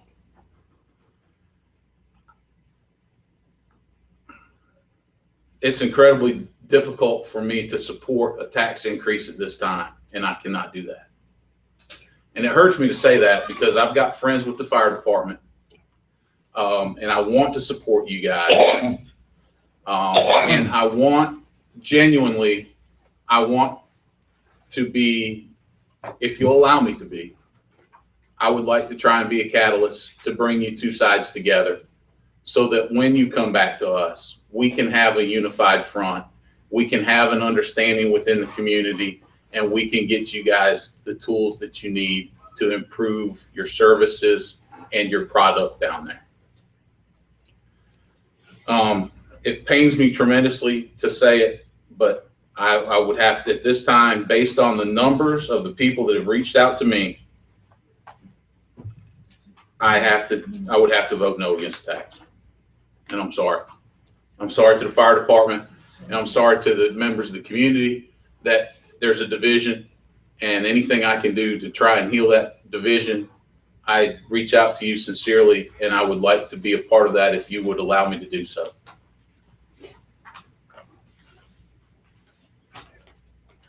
Mr. Brigman? I don't have anything to say. You all covered it very well. Or would you, do you support it, or? Are we gonna vote on it, or we talk about it? We're gonna vote. We're gonna talk about it and then we're gonna vote on it. Go ahead. You don't have no. Okay. No comment. I have something to say. I just wish we could do a referendum, that's what. Oh, yeah. That would be my first choice, absolutely. Well, I have sat here before in the past, and there has been increases in fire tax. Even in the area where I live, there was an increase, and I voted for it. But I got no phone call from anyone not in opposition for it. That's why I want Spring Creek to come together. I want next year, I hope you're back before us asking for 1, 2 cents. Personally, I think 3 cents is too much of an increase because it is a noticeable increase in your taxes. And I know there's a lot of people over there on fixed income, and they take their money certain times a year out, whether it be $5 a month, $10 a week, whatever, and they put it in a jar, and at tax time they pay their taxes. And some of them would have to go without something. It may be medicine, it may be, who knows what it might be, and in order to pay a 3-cent tax. Well, my comments would be that I personally support the fire department. As far as the fire department goes, first responders and all the things y'all do. I have a scanner. Scanner goes off all over the county. I hear the calls. I understand what's involved here. But I have a more passionate reason for supporting fire departments. My wife and I, our oldest son is a fireman in Asheville. He's a paid fireman. Started out as a volunteer in Marshall and moved up to a part-time job in Weaverville, and then got hired as a full-time fireman in Asheville. So I understand what y'all go through. I truly do understand that. I have known this community of Spring Creek my entire life. And it's very unusual for this community to be this split on something. I can remember back in the day when we would go over there and play them in the various sports. Neither one of us, we had a lot of things in common. Laurel, where I am from and went to school, we didn't have a football team. We were too small, apparently. I know we had 22 guys in high school, but whatever, we didn't have one. And Spring Creek didn't have one. We also had the 2 smallest gyms in the county. And even one other thing was our colors were the same. gold and black. And we were called the Tigers also, Laurel Tigers. So we had a tremendous amount of things in common. So I know this community, and I know a lot of people over there. And it pains me also what everyone else has said, Matt and Norris and Wayne. It pains me to see the division within the community. The calls that I have received have been decidedly against the fire tax. It's been about 2-1 against. So I cannot be in support of that. I wish I could. I would hope that whatever the division is, whatever is creating the strife between the two sides, y'all need to figure out exactly what that is, and y'all go back and fix that. Whatever needs to happen, whoever needs to extend the hand, I would hope there would be 2 hands extended so that we can get that worked out.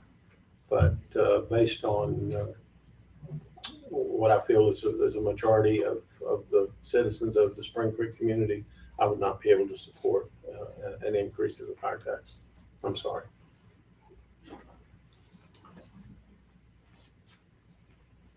Mr. Chairman, the attorneys reminded me, last year when we did the budget, it was a standalone meeting. There needs to be a public comment period provided just about the budget. Okay. It's probably already theoretically happened, but you need to open that up. And one thing, before, and y'all may have more fire tax to talk about, I'll sit down, but one thing, Monday, you all had talked about a vehicle for the sheriff's office and vehicle for the Forest Service. We want to increase fund balance. We're paying for that out of end of year funds. If you approve that later tonight, it won't be in next year's budget. So okay, that's all it is, but you'll need to open up comment at some point before you vote. And can we do the same thing with the, if we choose to vote that way, with the physical legal service? Yeah. Yeah, handle that out of the year. At this time, I will open the floor for public comment concerning our budget.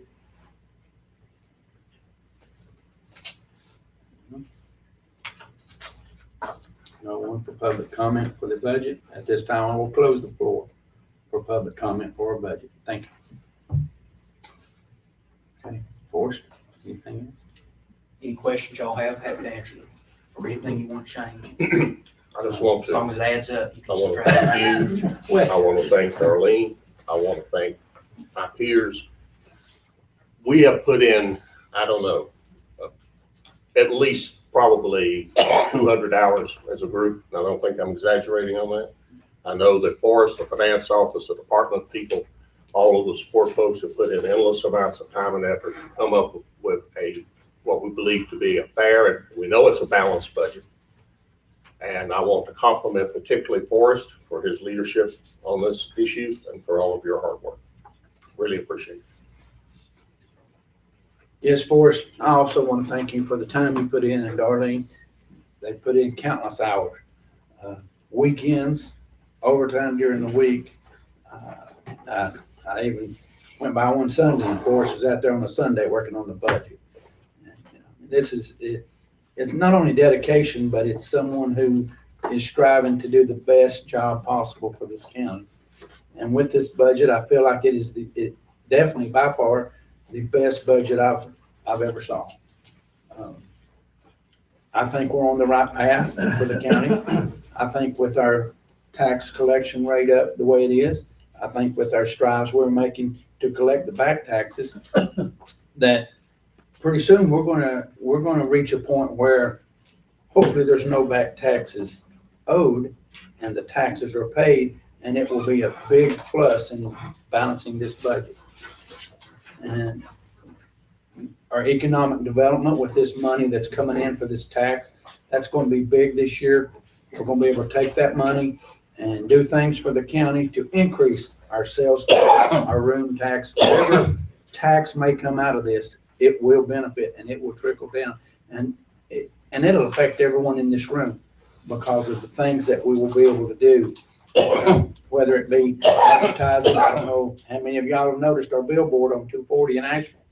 It's a wonderful thing to see. Makes you proud to be from Madison County, to drive by and see our billboard. It's pretty neat.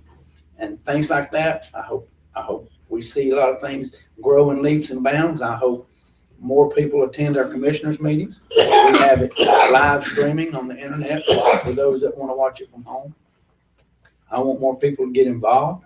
I'd like for people that if you want to serve on a board, to volunteer to serve on a board. Please, if you have time. If you don't, we understand. I'm not going to pressure you to serve on one if you don't want to.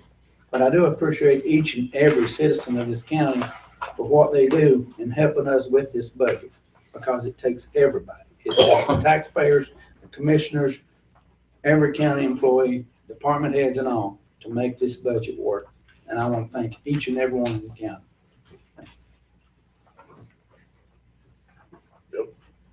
I'm gonna vote on the budget or what we need to. But at this time, if you want to say something. Not, I'm gonna, after I vote, I wanna say something. I just want to thank our department heads for bringing us individual budgets that were manageable and helping try to identify savings. And you know, I know it's a big job for you guys. You guys are on the direct lines, and you know, you hear all the employees that would like to get paid more. I know we all would, but I know especially we've got some employees in this county that you know, it blows my mind that we're even able to find people that'll work for $8 an hour. And you know, I want to see everyone prosper in this county as much as possible. And I appreciate the department heads for giving us a budget that allowed us to get some folks that deserved some money, some extra money. And I look forward to hopefully going through another budget cycle a year from now and try to solve the additional problems that we've been faced with in this budget cycle. And I appreciate y'all for indulging me. Thank you. I would just like to quickly say, Forrest, thank you for the work you and Darlene put into this budget, and also my fellow commissioners. Thank you all for the work that we have all done and contributed to this. Forrest, you have done a great job this year in helping us to become more efficient as an operation, and I just want to thank you for that. Looking at each opening that we had and answering the question, do we really need to do this, and not just automatically throwing it up there and posting it. And I want to thank you for spending these people's money wisely, and appreciate the job you do day in, day out. That's all I have, Mr. Chairman. And I will say our department, like Commissioner Wetzel said, department head attitude and approach helps tremendously with that every day. And we've got a great group and employees under them as well. Everyone looking. 95% of our employees are also taxpayers, and they recognize that. Okay. Any more discussion from the board on the budget? No? Mr. Chairman, if a motion is in order, yes. I move that we approve the budget as presented. Okay. I have a motion to approve the budget as presented by Commissioner Gentry. Do I hear a second? A second. I have a second by Commissioner Rice for the approval of the budget. All those in favor, raise your right hand. All those opposed, likewise. Can I explain my vote? Now I get to talk. I want to thank the county manager and the finance officer and the commissioners. We spent lots of time on this budget, but there's a few things in there that I just, if I was to decide and vote on it, I could probably go along with this without any problem. But there's just a few things. We want to hire another person, and we don't need it. In my opinion, we don't need to do that at this time. We don't need to use the fund balance. When we can get to the point that we don't need to use the fund balance to pay the budget, take care of the budget, then I'm for looking at these other things. course, my pet peeve has always been solid waste. It has improved, I must say. It's been reduced, which is really nice. It's helped a lot of people. But we need to do more and make it fair for people. That's one thing I've been, ever since I've been a commissioner, I've been trying to figure out. And I got my own ideas, but we hadn't tried those ideas yet. What else I have? I guess that's about all I've got to say, but I do want to thank again the many hours that the county manager, the finance officer, and the commissioners have put in on this budget. We've spent lots of time, and basically it's a good budget. But I got a chance to since it's covered some good 4 votes, then I can vote against it for the reason. Thank you. I want to ask Mr. Briggs one question. Have you ever voted for the budget? No. I rest my case. You said, and while you're on that subject, you said you voted for the fire tax last year, and I voted against, it wasn't the fire tax, and I voted against the budget. And I got chastised for it, so, it depends on which way you go. Well, you were protecting your own interest. It was your district too. Well, I didn't. So, I understand that. I didn't think it was as far as that goes, but it wasn't a specific thing that I voted for. And it's not a specific thing except what I pointed out here. I just think we need to wait on hiring more people until we can pay for it. That's my thoughts on this. Well, if we couldn't pay for it, human resource officer. we would have not, it wouldn't have been in the budget. Yeah, you're using the fund balance to take care of it. Well, Yeah. Well, I mean, that's my point. Okay. Moving right along. I appreciate your work and all the hours you spent. Well, and your hours. Miss Melanie Morgan. Where is Melanie? You're up. Yeah, okay. Yeah. You promise? It's okay. If you'll just turn that microphone down, thank you. That's good. All right, I have 2 items tonight. The first item is for the circulation assistant. The Madison County Public Library recommends Teresa Ball to hire for the vacant circulation assistant position. 7 applicants applied and 3 applicants were interviewed for the position. The interview team felt one candidate stood out due to her positive personality as well as her customer service and library experience. Furthermore, the requested position would help ensure coverage and quality of service at the Mars Hill Library. References and background check have been completed on the candidate. And this is in for this year's budget as well as next year's budget. Okay. Any discussion, questions for Melanie on this position? None?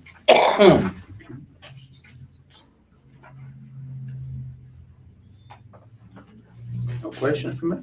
Okay, do I hear a motion to approve Mr. Morgan's recommendation of Teresa Ball for the vacancy? Second. I have a motion by Commissioner Rice, a second by Commissioner Wechtel for the approval of this position that she requests. All those in favor, raise your right hand. All those opposed, likewise. Okay. My second item tonight is we have 2 vacancies for our library board of trustees. The board is made up of 7 trustees who serve a 3-year term. It is a preference to have a balanced board from the 3 areas in Madison County. The board is made up of 3 trustees from Marshall, 2 from Hot Springs, and 2 from Mars Hill. Currently, we have 2 library trustee openings for Marshall and Hot Springs. The Madison County Public Libraries proposed the following person, Stephanie Davis, for the Marshall area. Stephanie is an active Madison County Public Library patron who understands the importance of literacy in our community and is a strong supporter of the library. Stephanie also instills the love of reading in her adorable daughter, who is an active participant in our children's programs. We appreciate Stephanie's support of the library and believe she would be a good candidate for the position of Library Board Trustee. Our second candidate is Melanie Prater, and she is a longtime active friend in the Hot Springs Library. Over the years, Melanie has supported the Hot Springs Library and community in countless ways. We appreciate Melanie Prater's support of the library and believe she would be a good candidate for the position of the Library Board of Trustees representing the Hot Springs area. I'll make the motion, we accept both these individuals as recommended by Okay. Ms. Morgan. I will second that. I have a motion to approve Stephanie Davis and Melanie Prater to the Library Board of Trustees. I have a second by Commissioner Gentry. All those in favor, raise your right hand. All those opposed, likewise. Thank you very much. And Melanie, why don't you take the opportunity to tell everyone about the book signing and the author? Oh, yeah. So my little girl can't wait. Okay. All right. So we're very lucky at the library this year. I kind of sweet talked Robert Beatty, who is the author of Seraphine and the Black Cloak. He is like a New York Times bestseller. And so he'll be coming to our library next Wednesday at 1 o'clock at the Marshall One. And the great thing is, like, all of fourth graders in the county have read this book. So I think we're going to have a great turnout. And he agreed to do it for free for us. And he has not agreed to do it for other counties around. So I'm very happy. That's great. Thank you. That's good. Tyler Ross.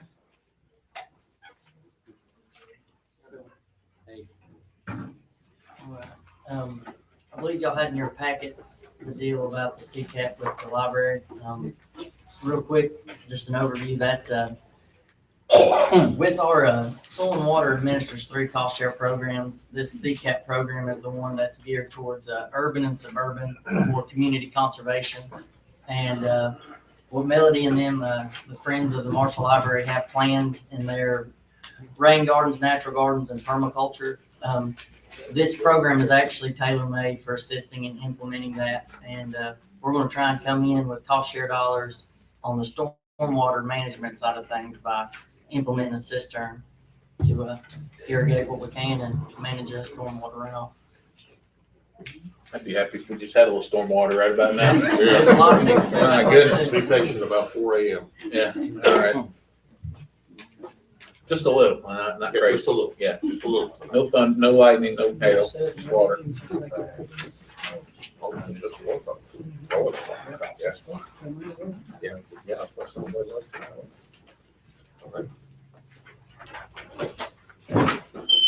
Any questions for Tyler on this? No? Mr. Chairman, I would approve that we approve this. Okay. I have a motion by Commissioner Gentry to approve Mr. Ross's request for these funds for the library. You'll hear a second. Quick question. Sure. This doesn't increase any funding requirement by the county, correct? No. Very good, thank you. The 25% match will come from our office and the Friends of the Marshall Library labor. Okay. So that's already been accounted for. Thank you, sir. I'll second. I have a motion by Commissioner Gentry to approve Mr. Ross's request, second by Commissioner Wexler. All those in favor, raise your right hand. All those opposed, likewise. Thank you, Ross. Tyler. All right. Do the commissioners have the MOU? They do. Dr. Day. Good evening. Good evening, I'm Mariana Daly. I'm here on behalf of the Health Department as Medical Director and Health Director. It's the responsibility of every local health department to ensure that inmates of local jails are appropriately cared for health-wise. So it's my job once a year to bring before you a memorandum of understanding that shows that that has been done. So I'm asking you tonight to approve the jail policies for healthcare, which have been personally updated by me, all 20-something pages of them, which we did not put in your package, which is between the Hot Springs Health Program, the Sheriff's Department, and the Health Department to ensure the adequate healthcare of our inmates.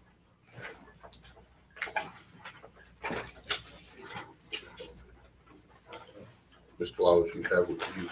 I have reviewed this. I've spoken with Forrest about it. It is a requirement that the commissioners approve this upon the recommendation of the health department on an annual basis. And the health department is here telling you they've done their job and they are recommending that this agreement be signed by the county. So all of the procedural requirements have been met, and she's here to answer any questions that you may have. Thank you, sir. And then I didn't think you would want all 20-something pages of the specific policies. I hope you trust our judgment on that. Save a tree, right? Yes. I do have the tree. I have one copy of the tree, though.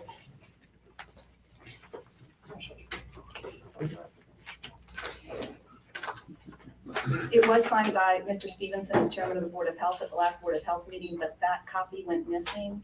And I have a copy that has been signed by Teresa Strong of the Hot Springs Health Program. So we can either re-sign them or put them all together to show that everyone has signed. Okay. I move that we honor this arrangement. Okay. Or enter into this arrangement. We have a motion from Commissioner Wacker for the approval of the MOU between the County Health Department, Sheriff Department, Hot Springs Health Program. I have a second by Commissioner Rice. All those in favor, raise your right hand. All those opposed? I also just wanted to add that the most recent Fiscal Legal Service publication has a beautiful picture of 2 Madison County residents on the front of it. Oh, okay. Thank you. Thank you.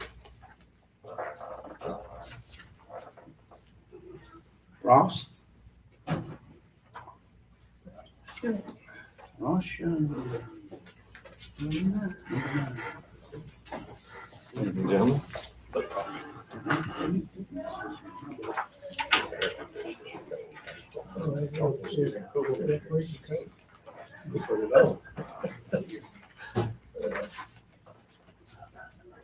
Chairman, Commissioners, thank you for this evening.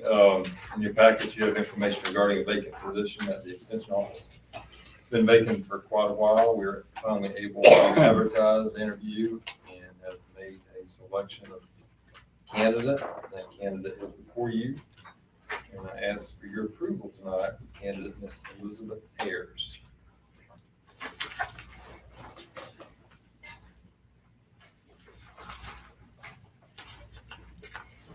If it's appropriate, Mr. Chairman, I would move that we accept Mr. Young's recommendation.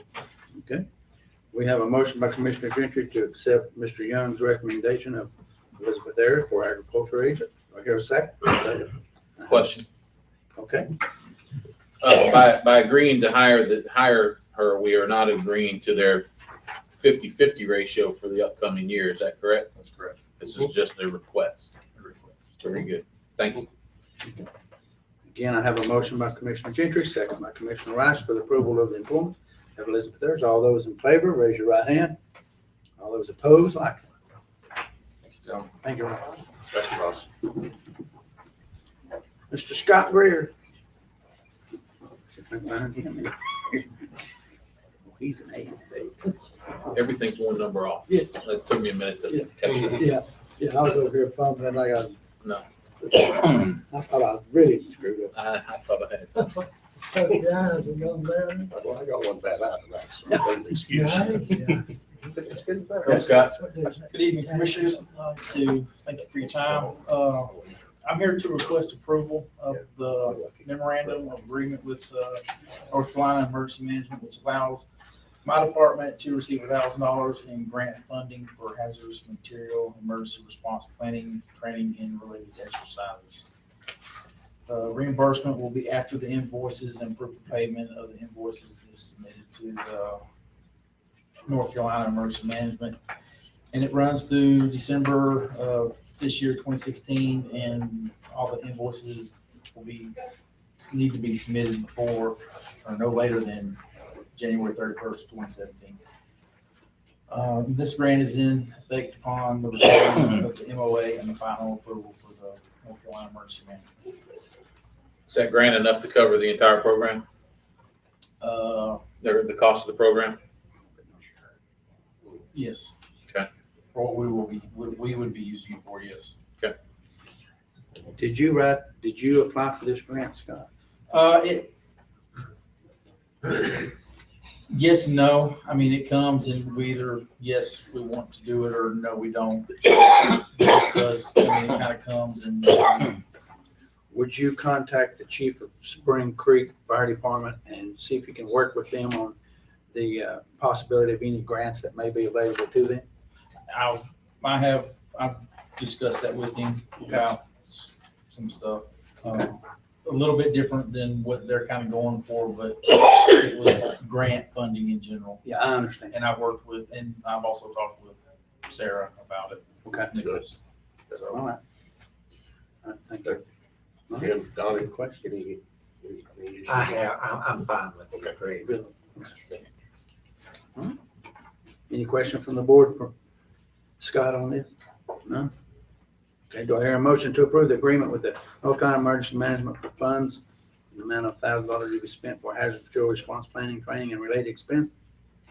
So moved. Do I hear a second? Second.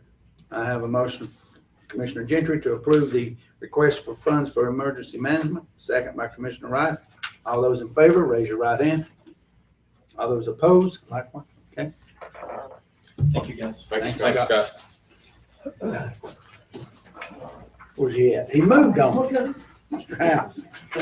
So we got too chilly where he was. Over there. Yeah. First of all, I'm just introduce myself to those that don't know. I'm Frank House. I'm the tax assessor.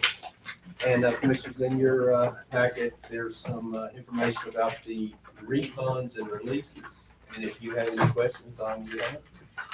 There we go. Give me just a second. My book's one number off. It's one page and one item. More shorter than that. 9. 8.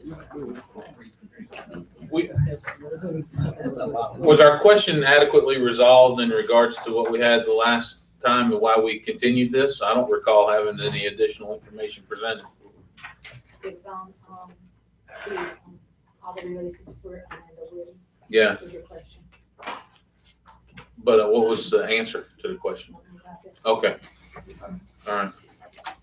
Appears for one. How does that drag on so doggone long? Yeah. It appears to be a total of 9 individuals or entities, including us. That's 11. It's 1.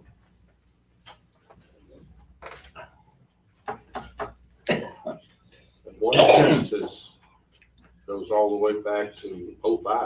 Now that comes back to that issue. That's 11 years. Yep. Is there not a minimum number of years that we can reimburse them? Well, if we were releasing something like a partial value, it would be 5 years plus current. But in this particular case, what happened is they pulled a permit for a mobile home. We listed the mobile home in 2005 and continued to list the mobile home each year. Well, through the efforts of the tax office in collecting back taxes, they finally came in and let us know that they never purchased the mobile home. Okay. We checked the DMV records and there was no record of them owning the mobile home.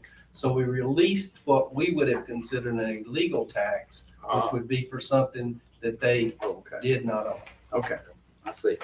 Our original impression, or at least mine was of last meeting was A, we can only go 5 years. B, why are they getting a new mobile home permit every year and not utilizing it? So you answered both my questions with one answer, and I appreciate that. Thank you. And let me just say that hopefully as the tax office and the county attorney work through some of these old taxes, a lot of this stuff may pop up, but we're going to clean it up. That's exactly right. Yeah. Okay, that's good.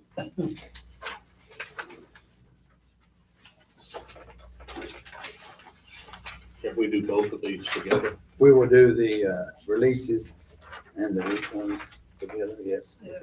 Mhm. Any questions from Mr. House on these?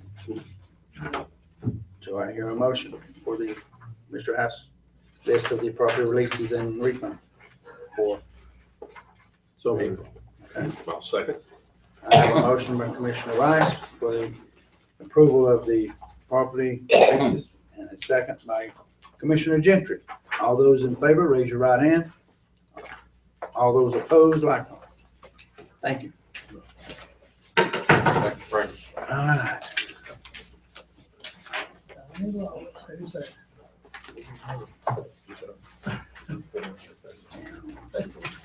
Mr. Chairman and members, you should have, regarding your tax updates, you should have 2 documents in your Yes, sir. folders. Yes, sir. The first is a document consisting of 5 pages, which is essentially the form that we started working on our May 10th meeting, that has all of the files that have been referred to me by the tax collector for collection.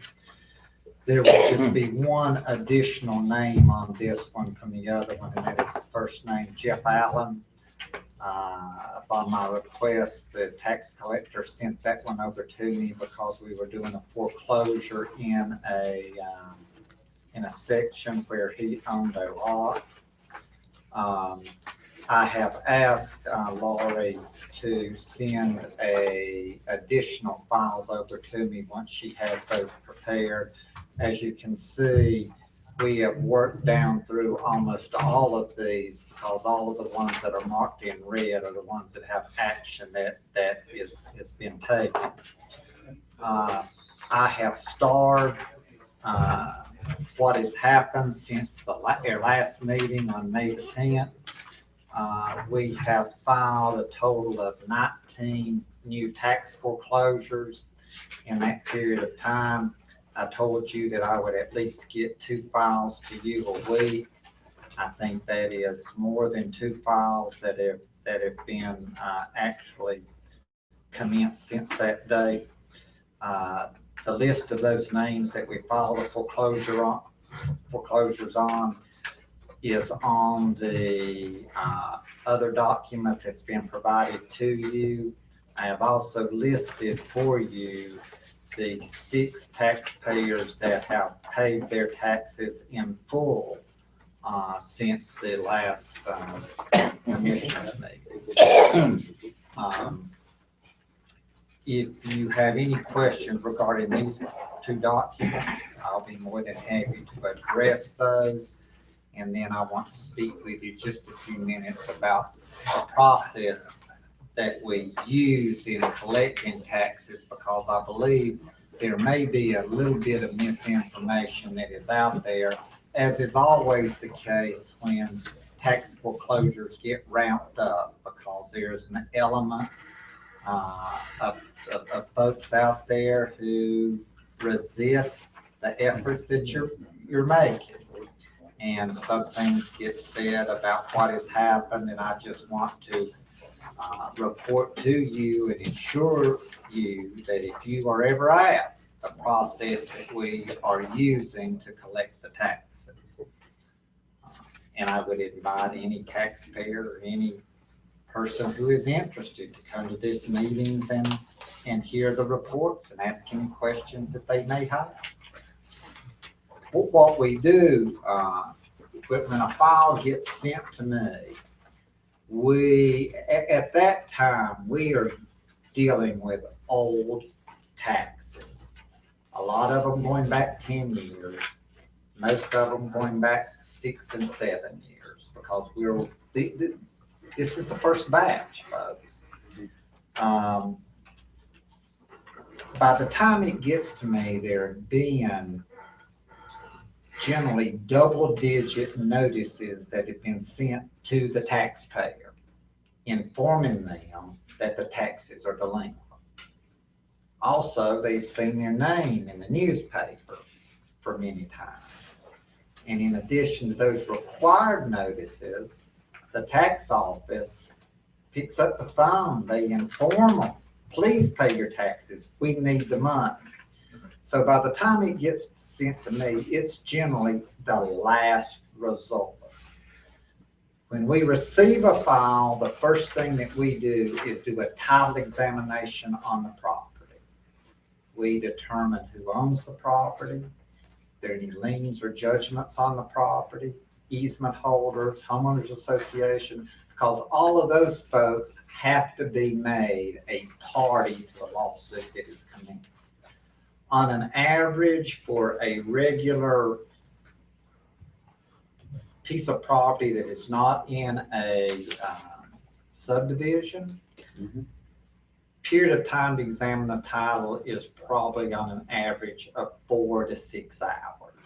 Coming to Madison County, you get a loan on your property to buy a mortgage. or a buyer. You do a title examination to determine the status of the title. It's the first thing we do.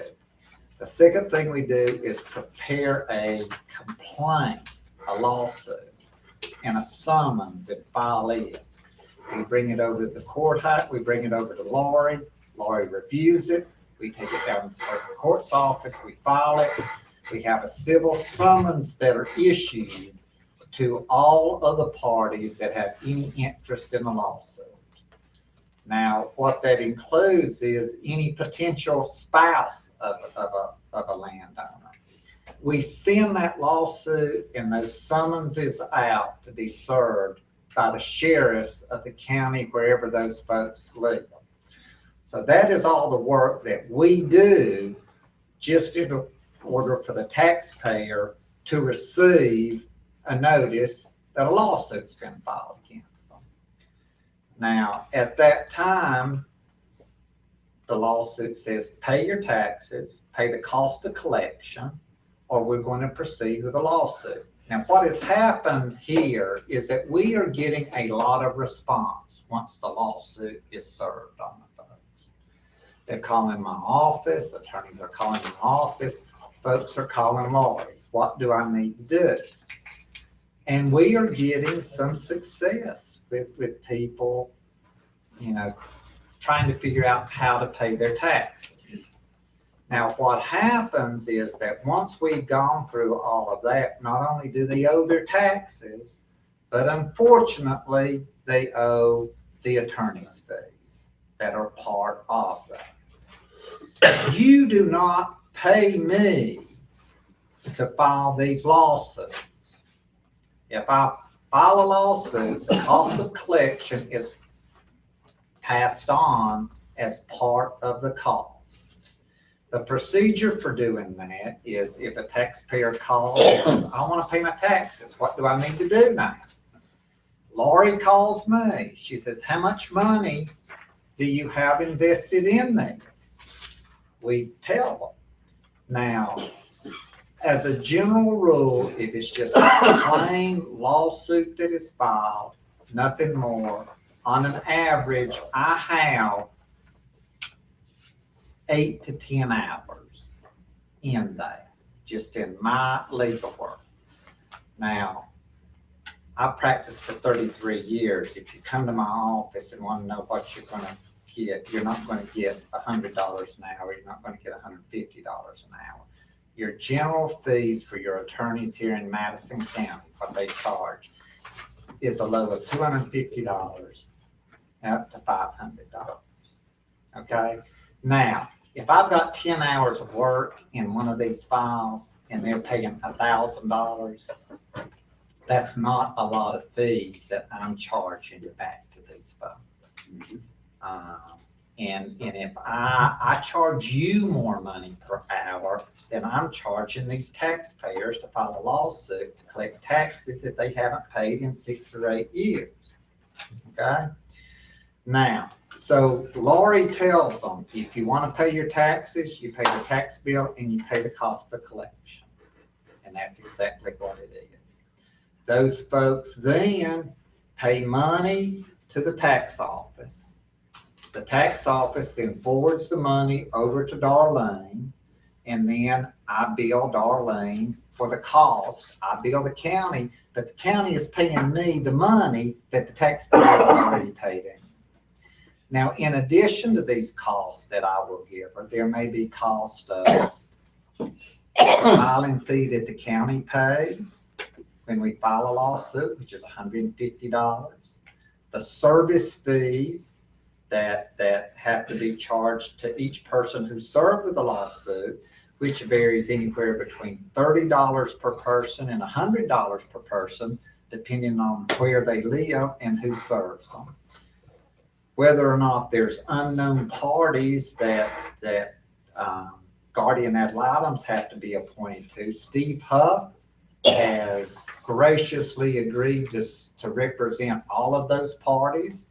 The court appoints him, and he has reduced his rate that he charges below what his standard rate is, but that rate is still a little higher than what what my fees are, but we have to have a guardian ad litem, and we're very grateful that he is doing it. The cost of any service that runs in the newspaper, a notice of publication, is also part of the cost. So naturally, when a taxpayer calls up and says, I want to pay my taxes, and then they are advised of all of these additional costs that are added to that, that would be very surprising too, to those taxpayers. But they've gotten themselves in that position by not paying the taxes. And it's not appropriate for the county to pay me to collect those taxes when the statute allows those costs to be passed along to the taxpayer.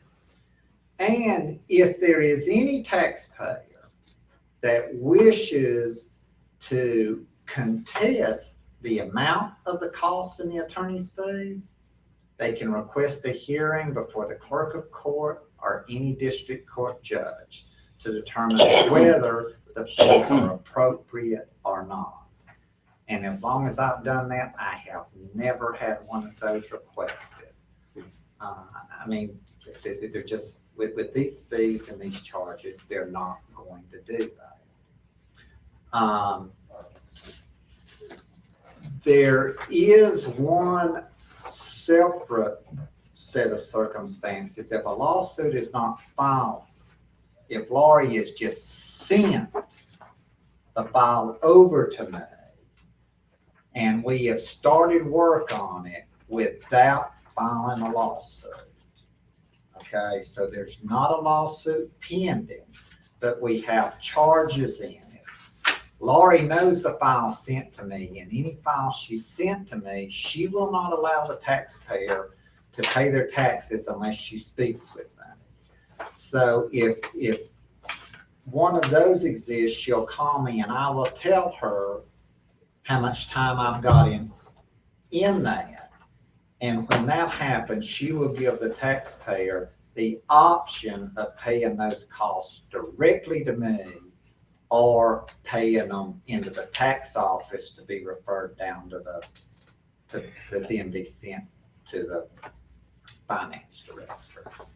And I have no reason to believe that that's not the way the tax office and the finance director are handling the funds.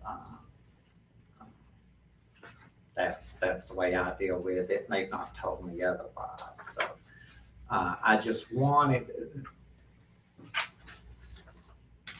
when some of the taxpayers call me, they say, can't believe it costs that much money. I can't believe I have to pay that. And then I start explaining to them how it works, and they're not happy about it, but they never elect to go to the court system to have those fees reviewed. And I know some taxpayers have said, well, you know, the county attorney is billing the county and he's making me pay for it too. That's not the case. You will never get a bill from me for attorney's fees, except in one instance. And that is an instance that we go all the way through foreclosure and nobody pays it. Okay? And the county ends up having to buy the property back. At that time, there will be no, you will end up owning the property. I will send a bill to Darlene for my services, but you'll have that real estate, and when you sell that real estate out of surplus is when you will recoup your fees. Okay? So the county is not out of pocket in any tax foreclosures that you start. Does that make sense?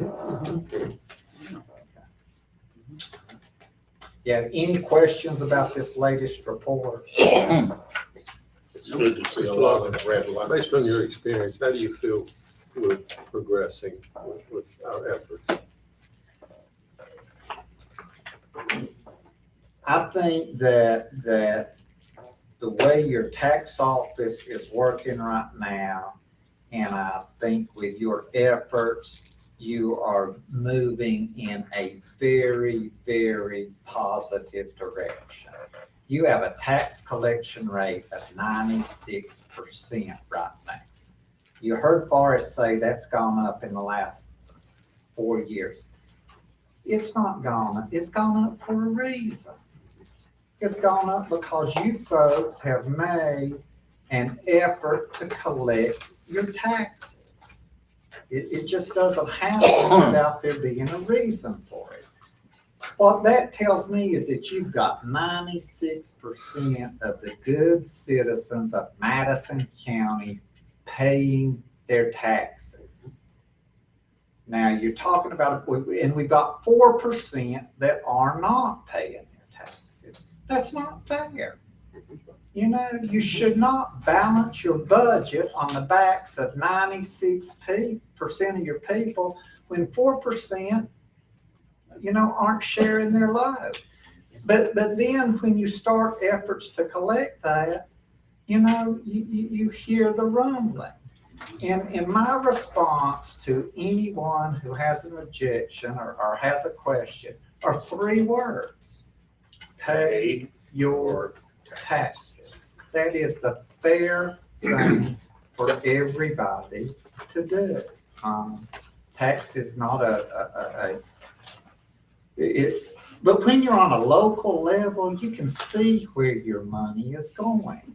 Anybody that's interested could have listened to Forrest sit up here and tell where your tax dollars are going to. They're spent at home, people, you know, and you need every bit of that money. So, you know, I'm going to try to do what you have directed and mandated that I do, is to collect these taxes, do them in a earnest, and it doesn't have to be a mean way. I don't mind telling folks without being upset with them and explain to them how the process works and give them every ample opportunity to get it done. We had a very tragic situation that happened with one of the names that's on this list. We filed a foreclosure.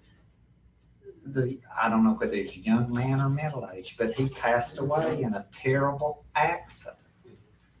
And, you know, in a situation like that, do you just go forward with it when folks are in a grieving period of time? Forrest called me about it, and I think someone else did. And, you know, he called me to say, you know, you need to know that this happened. And, you know, what are you going to do? Well, I'm not going to, you know, set a hearing on it until tomorrow to take something away. Let's work with them and see what we can do to preserve this property and just open up a good line of communication. That's what I'm going to try to do, but I'm going to be very firm. I've done this long enough to where I know who is, you know, who's going to walk the walk and who's not. And I think Laurie has too. So I think we're heading in the right direction. Applaud your efforts. And I certainly want your support and stand behind what we're doing. Thank you. Okay. Thank you, Don. Thank you, Don. Was there something, did you want to talk about? Oh, there is one other thing. You do have some other documents that are in there. Briefly, the county did a program where we administered a grant. We basically, money runs through the state, through us from the state to rehabilitate some homes. And we take a deed of trust on the property, which basically forbids the landowner from selling his property or disposing of it without reimbursing the county and the state with the grant. A copy of that deed of trust is in your books. The landowners involved there wanted they were approached and asked to give an easement across a portion of their property to a neighbor. There is a survey that is included in that file. It is just a very small portion of a roadway. In doing the examination for the adjoining landowner, the attorney, who was Mark Rudow from Roberts and Stevens, found that the Nortons had this existing deed of trust, which meant that the Nortons could not give his clients a clear title to use the easement with the deed of trust that was on it, and approached, I believe, Darlene, the finance officer, about whether the county would be interested in releasing the easement from its deed of trust. And I found out that the Nortons wanted to sign the easement. This will in no way impair the county's lien upon the property that we have that secures the rehabilitation costs to the property. Well, this would be the standard procedure if you had a mortgage on your property or. Exactly the same thing. Gentry, the same procedure. If we end up having to foreclose on this, we take the property back. The property just happens to have an easement to the neighbor. There is a release deed in the file. I reported to those folks that we just couldn't sign it, that it took action of the commissioners in order to sign the deed or sign the release. So if I would recommend that you authorize Chairman Brigman to execute that release. Okay. Mr. Chairman, I would like to. Second. Okay, I have a motion for this, for the signature for this release, which was presented to us by our attorney, second by Commissioner Rice. All those in favor, raise your right hand. All those opposed, like one. Thank you. Thank you, Doug.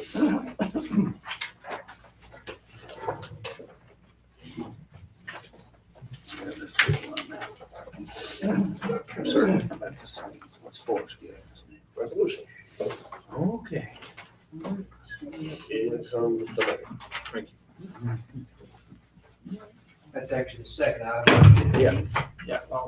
The first item I've got is a contract renewal with the Department of Public Safety for inmate labor.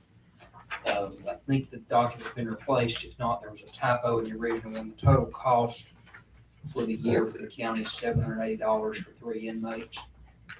Alan Hunter is responsible for these, and people in his crew. We've also had other county employees who've been trained and are able to supervise inmates. It's a great help to us. It's basically 3 additional employees, particularly helpful with mowing and other maintenance tasks. So this is for your approval for renewal.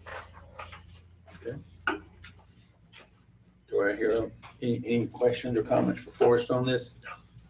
Okay. Do I hear a motion to approve the inmate labor contract? So moved. Okay. I have a motion by Commissioner Gentry to approve the labor contract. Do I hear a second? Second. I have a second by Commissioner Rice. All in favor, raise your right hand. All opposed, likewise. Okay. Second item is a resolution I just handed you regarding the former historic Madison County Jail for your consideration. Some brief background. I don't want to talk long because I've been up here long enough tonight, but I do want to say on the jail, this has been just the last 4 years that building has been vacant. The commissioners voted in early 2013 to make sure it was not on the list in the hazard mitigation plan of projects that could be FEMA, that FEMA could buy out. It's unlikely that FEMA ever would have had the money to do that, but it was on a list basically to say we're offering it up. Commissioners voted to save the building at that time. The county stepped up, and then the building sat there, and fall of 2013, I attended a conference in Morganton and applied for a little mini grant with the Development Finance Initiative at School of Government, and they came in and analyzed the building, looked at what it would cost to potential for the county to fix it up, and what it would cost for some different public-private options. And we brought those results back to the commissioners in early 2014. Commissioners realized that while we may love, I think everyone agreed we want to save this building, the reality of our finances as a county and the things we need to do, and the fact that we don't need the building for practical office space, led the board at that time to say, well, let's try to find a buyer. And then that process moved slowly. Over the last year, the buyer came forward. This has been in the paper 6 or 7 times in the last 6 months. It's gone through the upset bid process. The opportunity for any citizens who have ideas or business people who have ideas for how to make this building work, they've had a chance to come forward. I think the process has been extremely transparent, and this is where we are. Y'all have an offer, and y'all can discuss the numbers and what you think about it. But that's sort of how we've come about it. Y'all know what's happened to other buildings we've owned in the past or still own that are in a further state of disrepair. They're almost beyond repair at some points. And ideas have to have support behind them to make them work. Mr. WRS Holdings, which is Pete Whitlock and Karen Gleason and another group, their plan is to restore the building to look like it originally looked, and I think that means like it looked before most of our lifetimes. It's been painted for probably 50 years, so they want to fix it back to where it looks like it used to look. Plan, if you all accept the bid, he's wanting to put apartments on the housing on the 2nd floor, and then the person on the ground floor is actually an artist who is working with some potters from basically a pottery co-op type of thing. So get it back on the tax rolls, that sort of thing. Happy to answer any questions you got. Waterproof pottery, I hope. Yeah. It'll float. It'll float.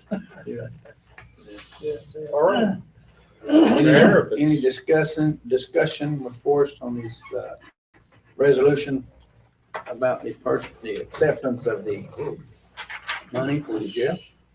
Oh, I just think it's a good day all around. I move that we accept the bid.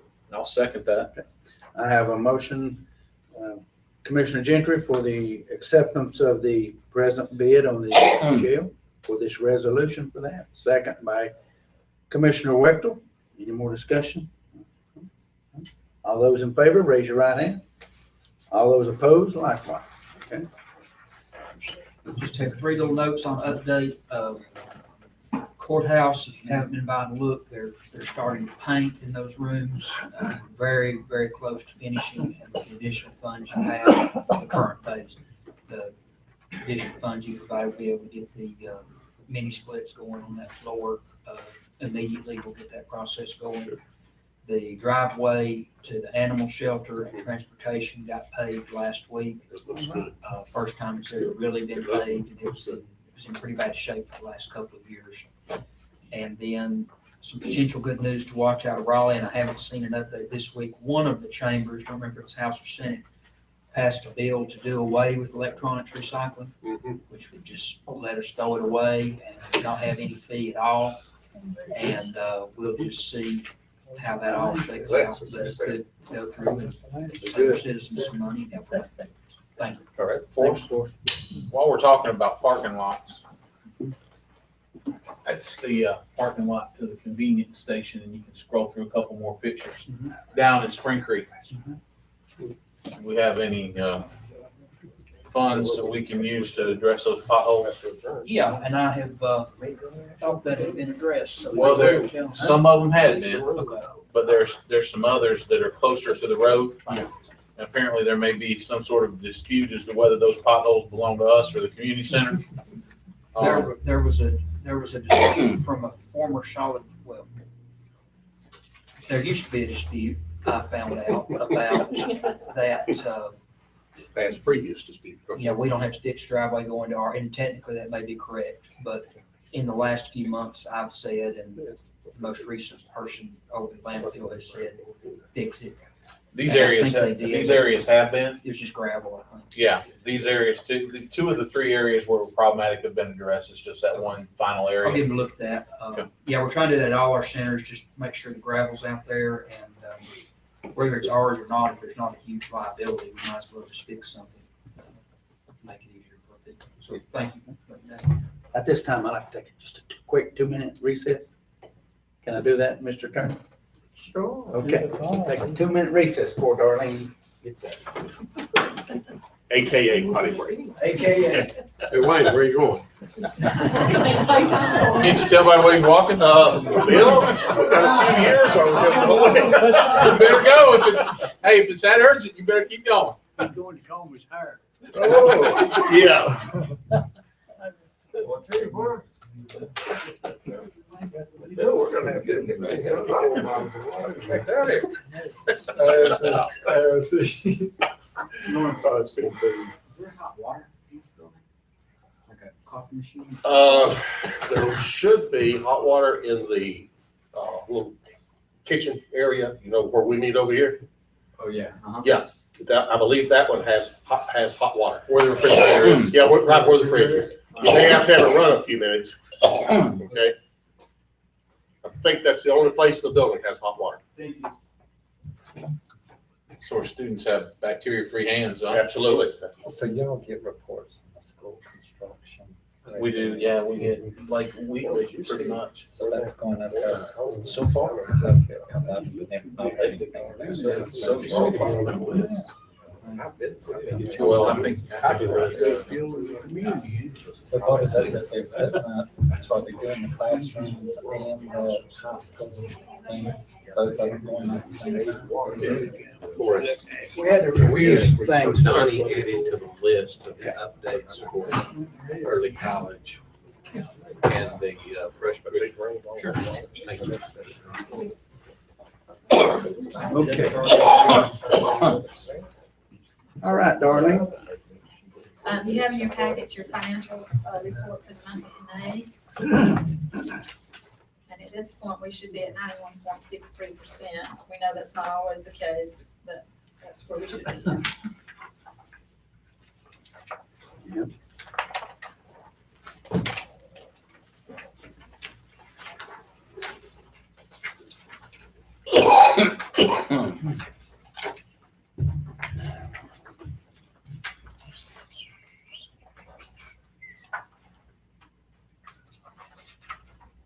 Anyone have any questions?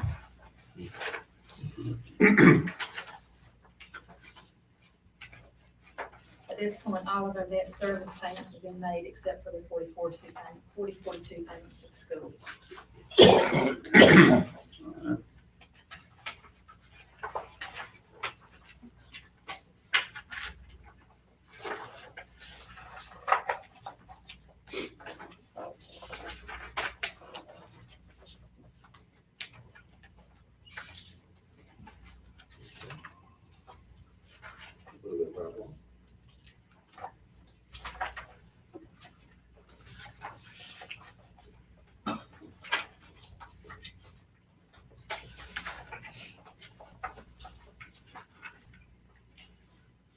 I don't think there's any questions, Darlene. Okay. Move right along to the budget amendment. Yep. This is a lengthy budget amendment. I have provided a sheet in the front to explain what the budget amendment contains. Do you want to go through all of that, or the explanations there good enough for you? Yeah, just, if you'll just give us a minute for the board to look over them. Okay. And if there's any questions anybody has for any of these items, if you want Darlene to explain them. And while you're looking at it, I'll tell you that Forrest and I talked, and we increased the projection for the 2015 taxes. We increased it by $97,753. And as of the report I ran today, and it's normally 2 days behind in our reports that we get them posted in our books, we're only $14,217 away from meeting that. So I imagine that we'll be coming back with a higher number as I do the final amended budget that'll be presented to you in July. That's we're collecting. We're collecting much more, yes. than what we projected. That's very good. And at the end of this budget amendment, with all of the changes that we made, they were able to put into the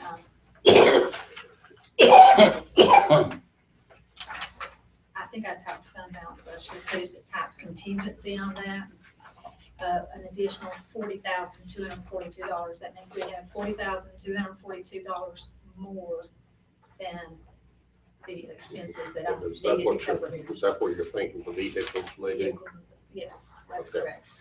Okay. I have the right account number for contingency, but I typed fund balance in it on that very last page of that. So those two vehicles, Forrest, what was the total on the two vehicles? If there's more, how much is in contingency now, darling? We have 40, There's, I think there's 50 in there already. 63, it's on this, it's on the right here. Well, the 50 that's already there plus the settlement. 63,505. So 63,505 plus. Plus we'll be adding Okay, this so to we're it. at 103. Yes. The two vehicles, Forrest, were about It was 46. 36, 40, 47.5. Right. Yeah. Okay. And for the two vehicles. And if y'all want to do the physical legal, add 3,600 to that. Right. That was 600 more for physical legal, correct? 3,600. No, 3,600. 3,600. 600 a month. Yeah. No, 250. 300. 300. 250. No, 300. Potentially 250. Yeah. Definitely 300. Oh, okay, I got Yeah, it. so we're budget for 300. I was thinking both, they're only gonna utilize one office, aren't they? One office, that's right. That's right, sorry, I was thinking they were gonna utilize both those offices. And the waste spaces downtown, that's a bargain. Yeah, that's That's a bargain now. a difference. Yeah. Okay, any more questions for our budget amendment for Darling? And we can just add that to the budget. We don't need to especially do that. Should they adopt the budget amendment and then just authorize these? They authorize them to do it, I'll have it in the minutes, and then. So two votes. So, yeah, Yes, we it'll be do. a vote, Two votes. it'll be fine. okay. All right. I would move that we adopt the budget amendment. Number 11. Yes. Okay. Okay, I have a motion to accept budget amendment number 11 by Commissioner Gentry. Do I hear a second? Second by Commissioner Rice. All those in favor, raise your right hand. All right, motion passed. I would also make a motion that we approve the purchase of the two vehicles previously requested. One Forest Service, additional vehicle replacement for the Sheriff's Department, as we have previously discussed, and budget for $3,600 office for legal. Okay. We have a motion by Commissioner Gentry for the purchase of two vehicles and the approval for the office for physical legal. Is there a second? Question? Yes. Yes. We wouldn't be obligated for any more than the fiscal year to provide that office for Correct. physical legal, correct? That's right. So if Yeah, so if we don't see a marked increase in better services to our residents, then we can pull the plug on that. That's right. Any lease will be between them and the landlord. That's why we wouldn't, we're giving them the money. They're going to use it for rent. If we don't fund them, they can either find the money somewhere else or they can choose not to do that in the future. So there's no obligation in the future. Okay. I'm hesitant a little bit because physical legal does some things that I don't necessarily approve of, but I'm willing to try it. Okay. And I know what you're saying. I understand. Okay. We have a motion by Commissioner Gentry for those three items. Do I hear a second? I'll second it. I have a second. All those in favor, raise your right hand. All those opposed, likewise. Okay. One. I need for that motion to happen. I'm sorry. I need for that motion to be. Okay. A little bit. The All right. motion you made. All right, that we purchase out of the funds described. The vehicle previously requested and for the Forest Service, the vehicle previously requested for the Sheriff's Department, a 1-year lease for physical legal services at the maximum funding of $3,600. Okay. And just for clarification for anybody watching at home or here in the auditorium with us, the Forest Service vehicle is a match. We're only paying for a part of that vehicle. Yes. We're not buying the Forest Service. Only vehicle. $11,000. Yes, We it only is. pay 35% of the cost.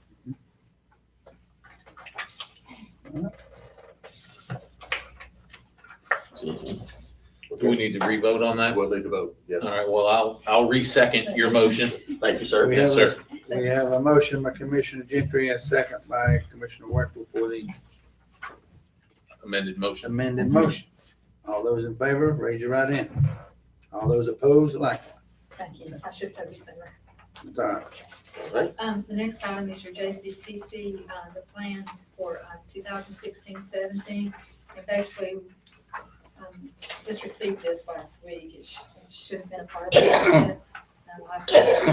Budget amendment, if you approve, we'll have to do that in July. But really, what the plan is, this provides money for JCPC, Madison Team Success, which is through schools, and for Project Challenge. There is a match, and this year the match, the total cost of the program is $96,939. The funding that we would receive from the state is $78,786. County match is $15,597, and in-kind is $2,556. Provides the in-kind. That is done through Madison Team Success. That's through the schools. I see now. I'm sorry. Thank you. And again, Donnie, you've reviewed this, or any review necessary. You want me to pull it out so you can look at it? Looks like it's through the North Carolina Department of Public Safety. It is, and it's the same. Oh, this forms is, we get each that's year. a standard Yes, JCPC contract. Yeah, and through the Department of Public Safety. Do I hear a motion to approve the county funding plan for the JCPC administration, CIS Madison teams? Do I hear a second? Second. I have a motion by Commissioner Rice to approve the Juvenile Crime Prevention Council County Plan, second by Commissioner Gentry. All those in favor, raise your right hand. All those opposed, likewise. Okay, Darlene? Okay, the last thing I have is, you have in your packet a memo that was prepared by Marla. It's the 2016-17 salary plan that has to be submitted to the State Human Resources Commission. It proposes the changes within our budget, salaries for the Health Department and the Department of Social Services, and this is something that we do each year. These are, as we have previously discussed. These are based on what's proposed for next year. Yeah, right, yeah, just for the budget. Yeah, what we've already discussed. Okay. So the salary plan is in accordance with the budget. Yeah. All right. Any questions or comments for Darlene? Do I hear a motion to approve the state salary plan as presented? So moved. Do I hear a second? I have a motion by Commissioner Gentry to accept the state salary plan, second by Commissioner Rice. All those in favor, raise your right hand. All those opposed, likewise. Thank you. Thank you. Thank you, Just Darlene. explain JCPC just real quick. Yeah. I sit on that board. They put out an advertisement, RFP, every February, March for their services. I think this year, these are the only two who requested funds, and that's how that's come up with. Okay. That's good. The JCPC amount's been the same for quite a while. Next item. Do I hear a motion to go into closed session for 143-318.11, which will be attorney-client privilege, personnel, and real estate? I have a motion by Commissioner Rice to close session. Second. Commissioner Gentry. All those in favor, raise your right hand. We are in closed session.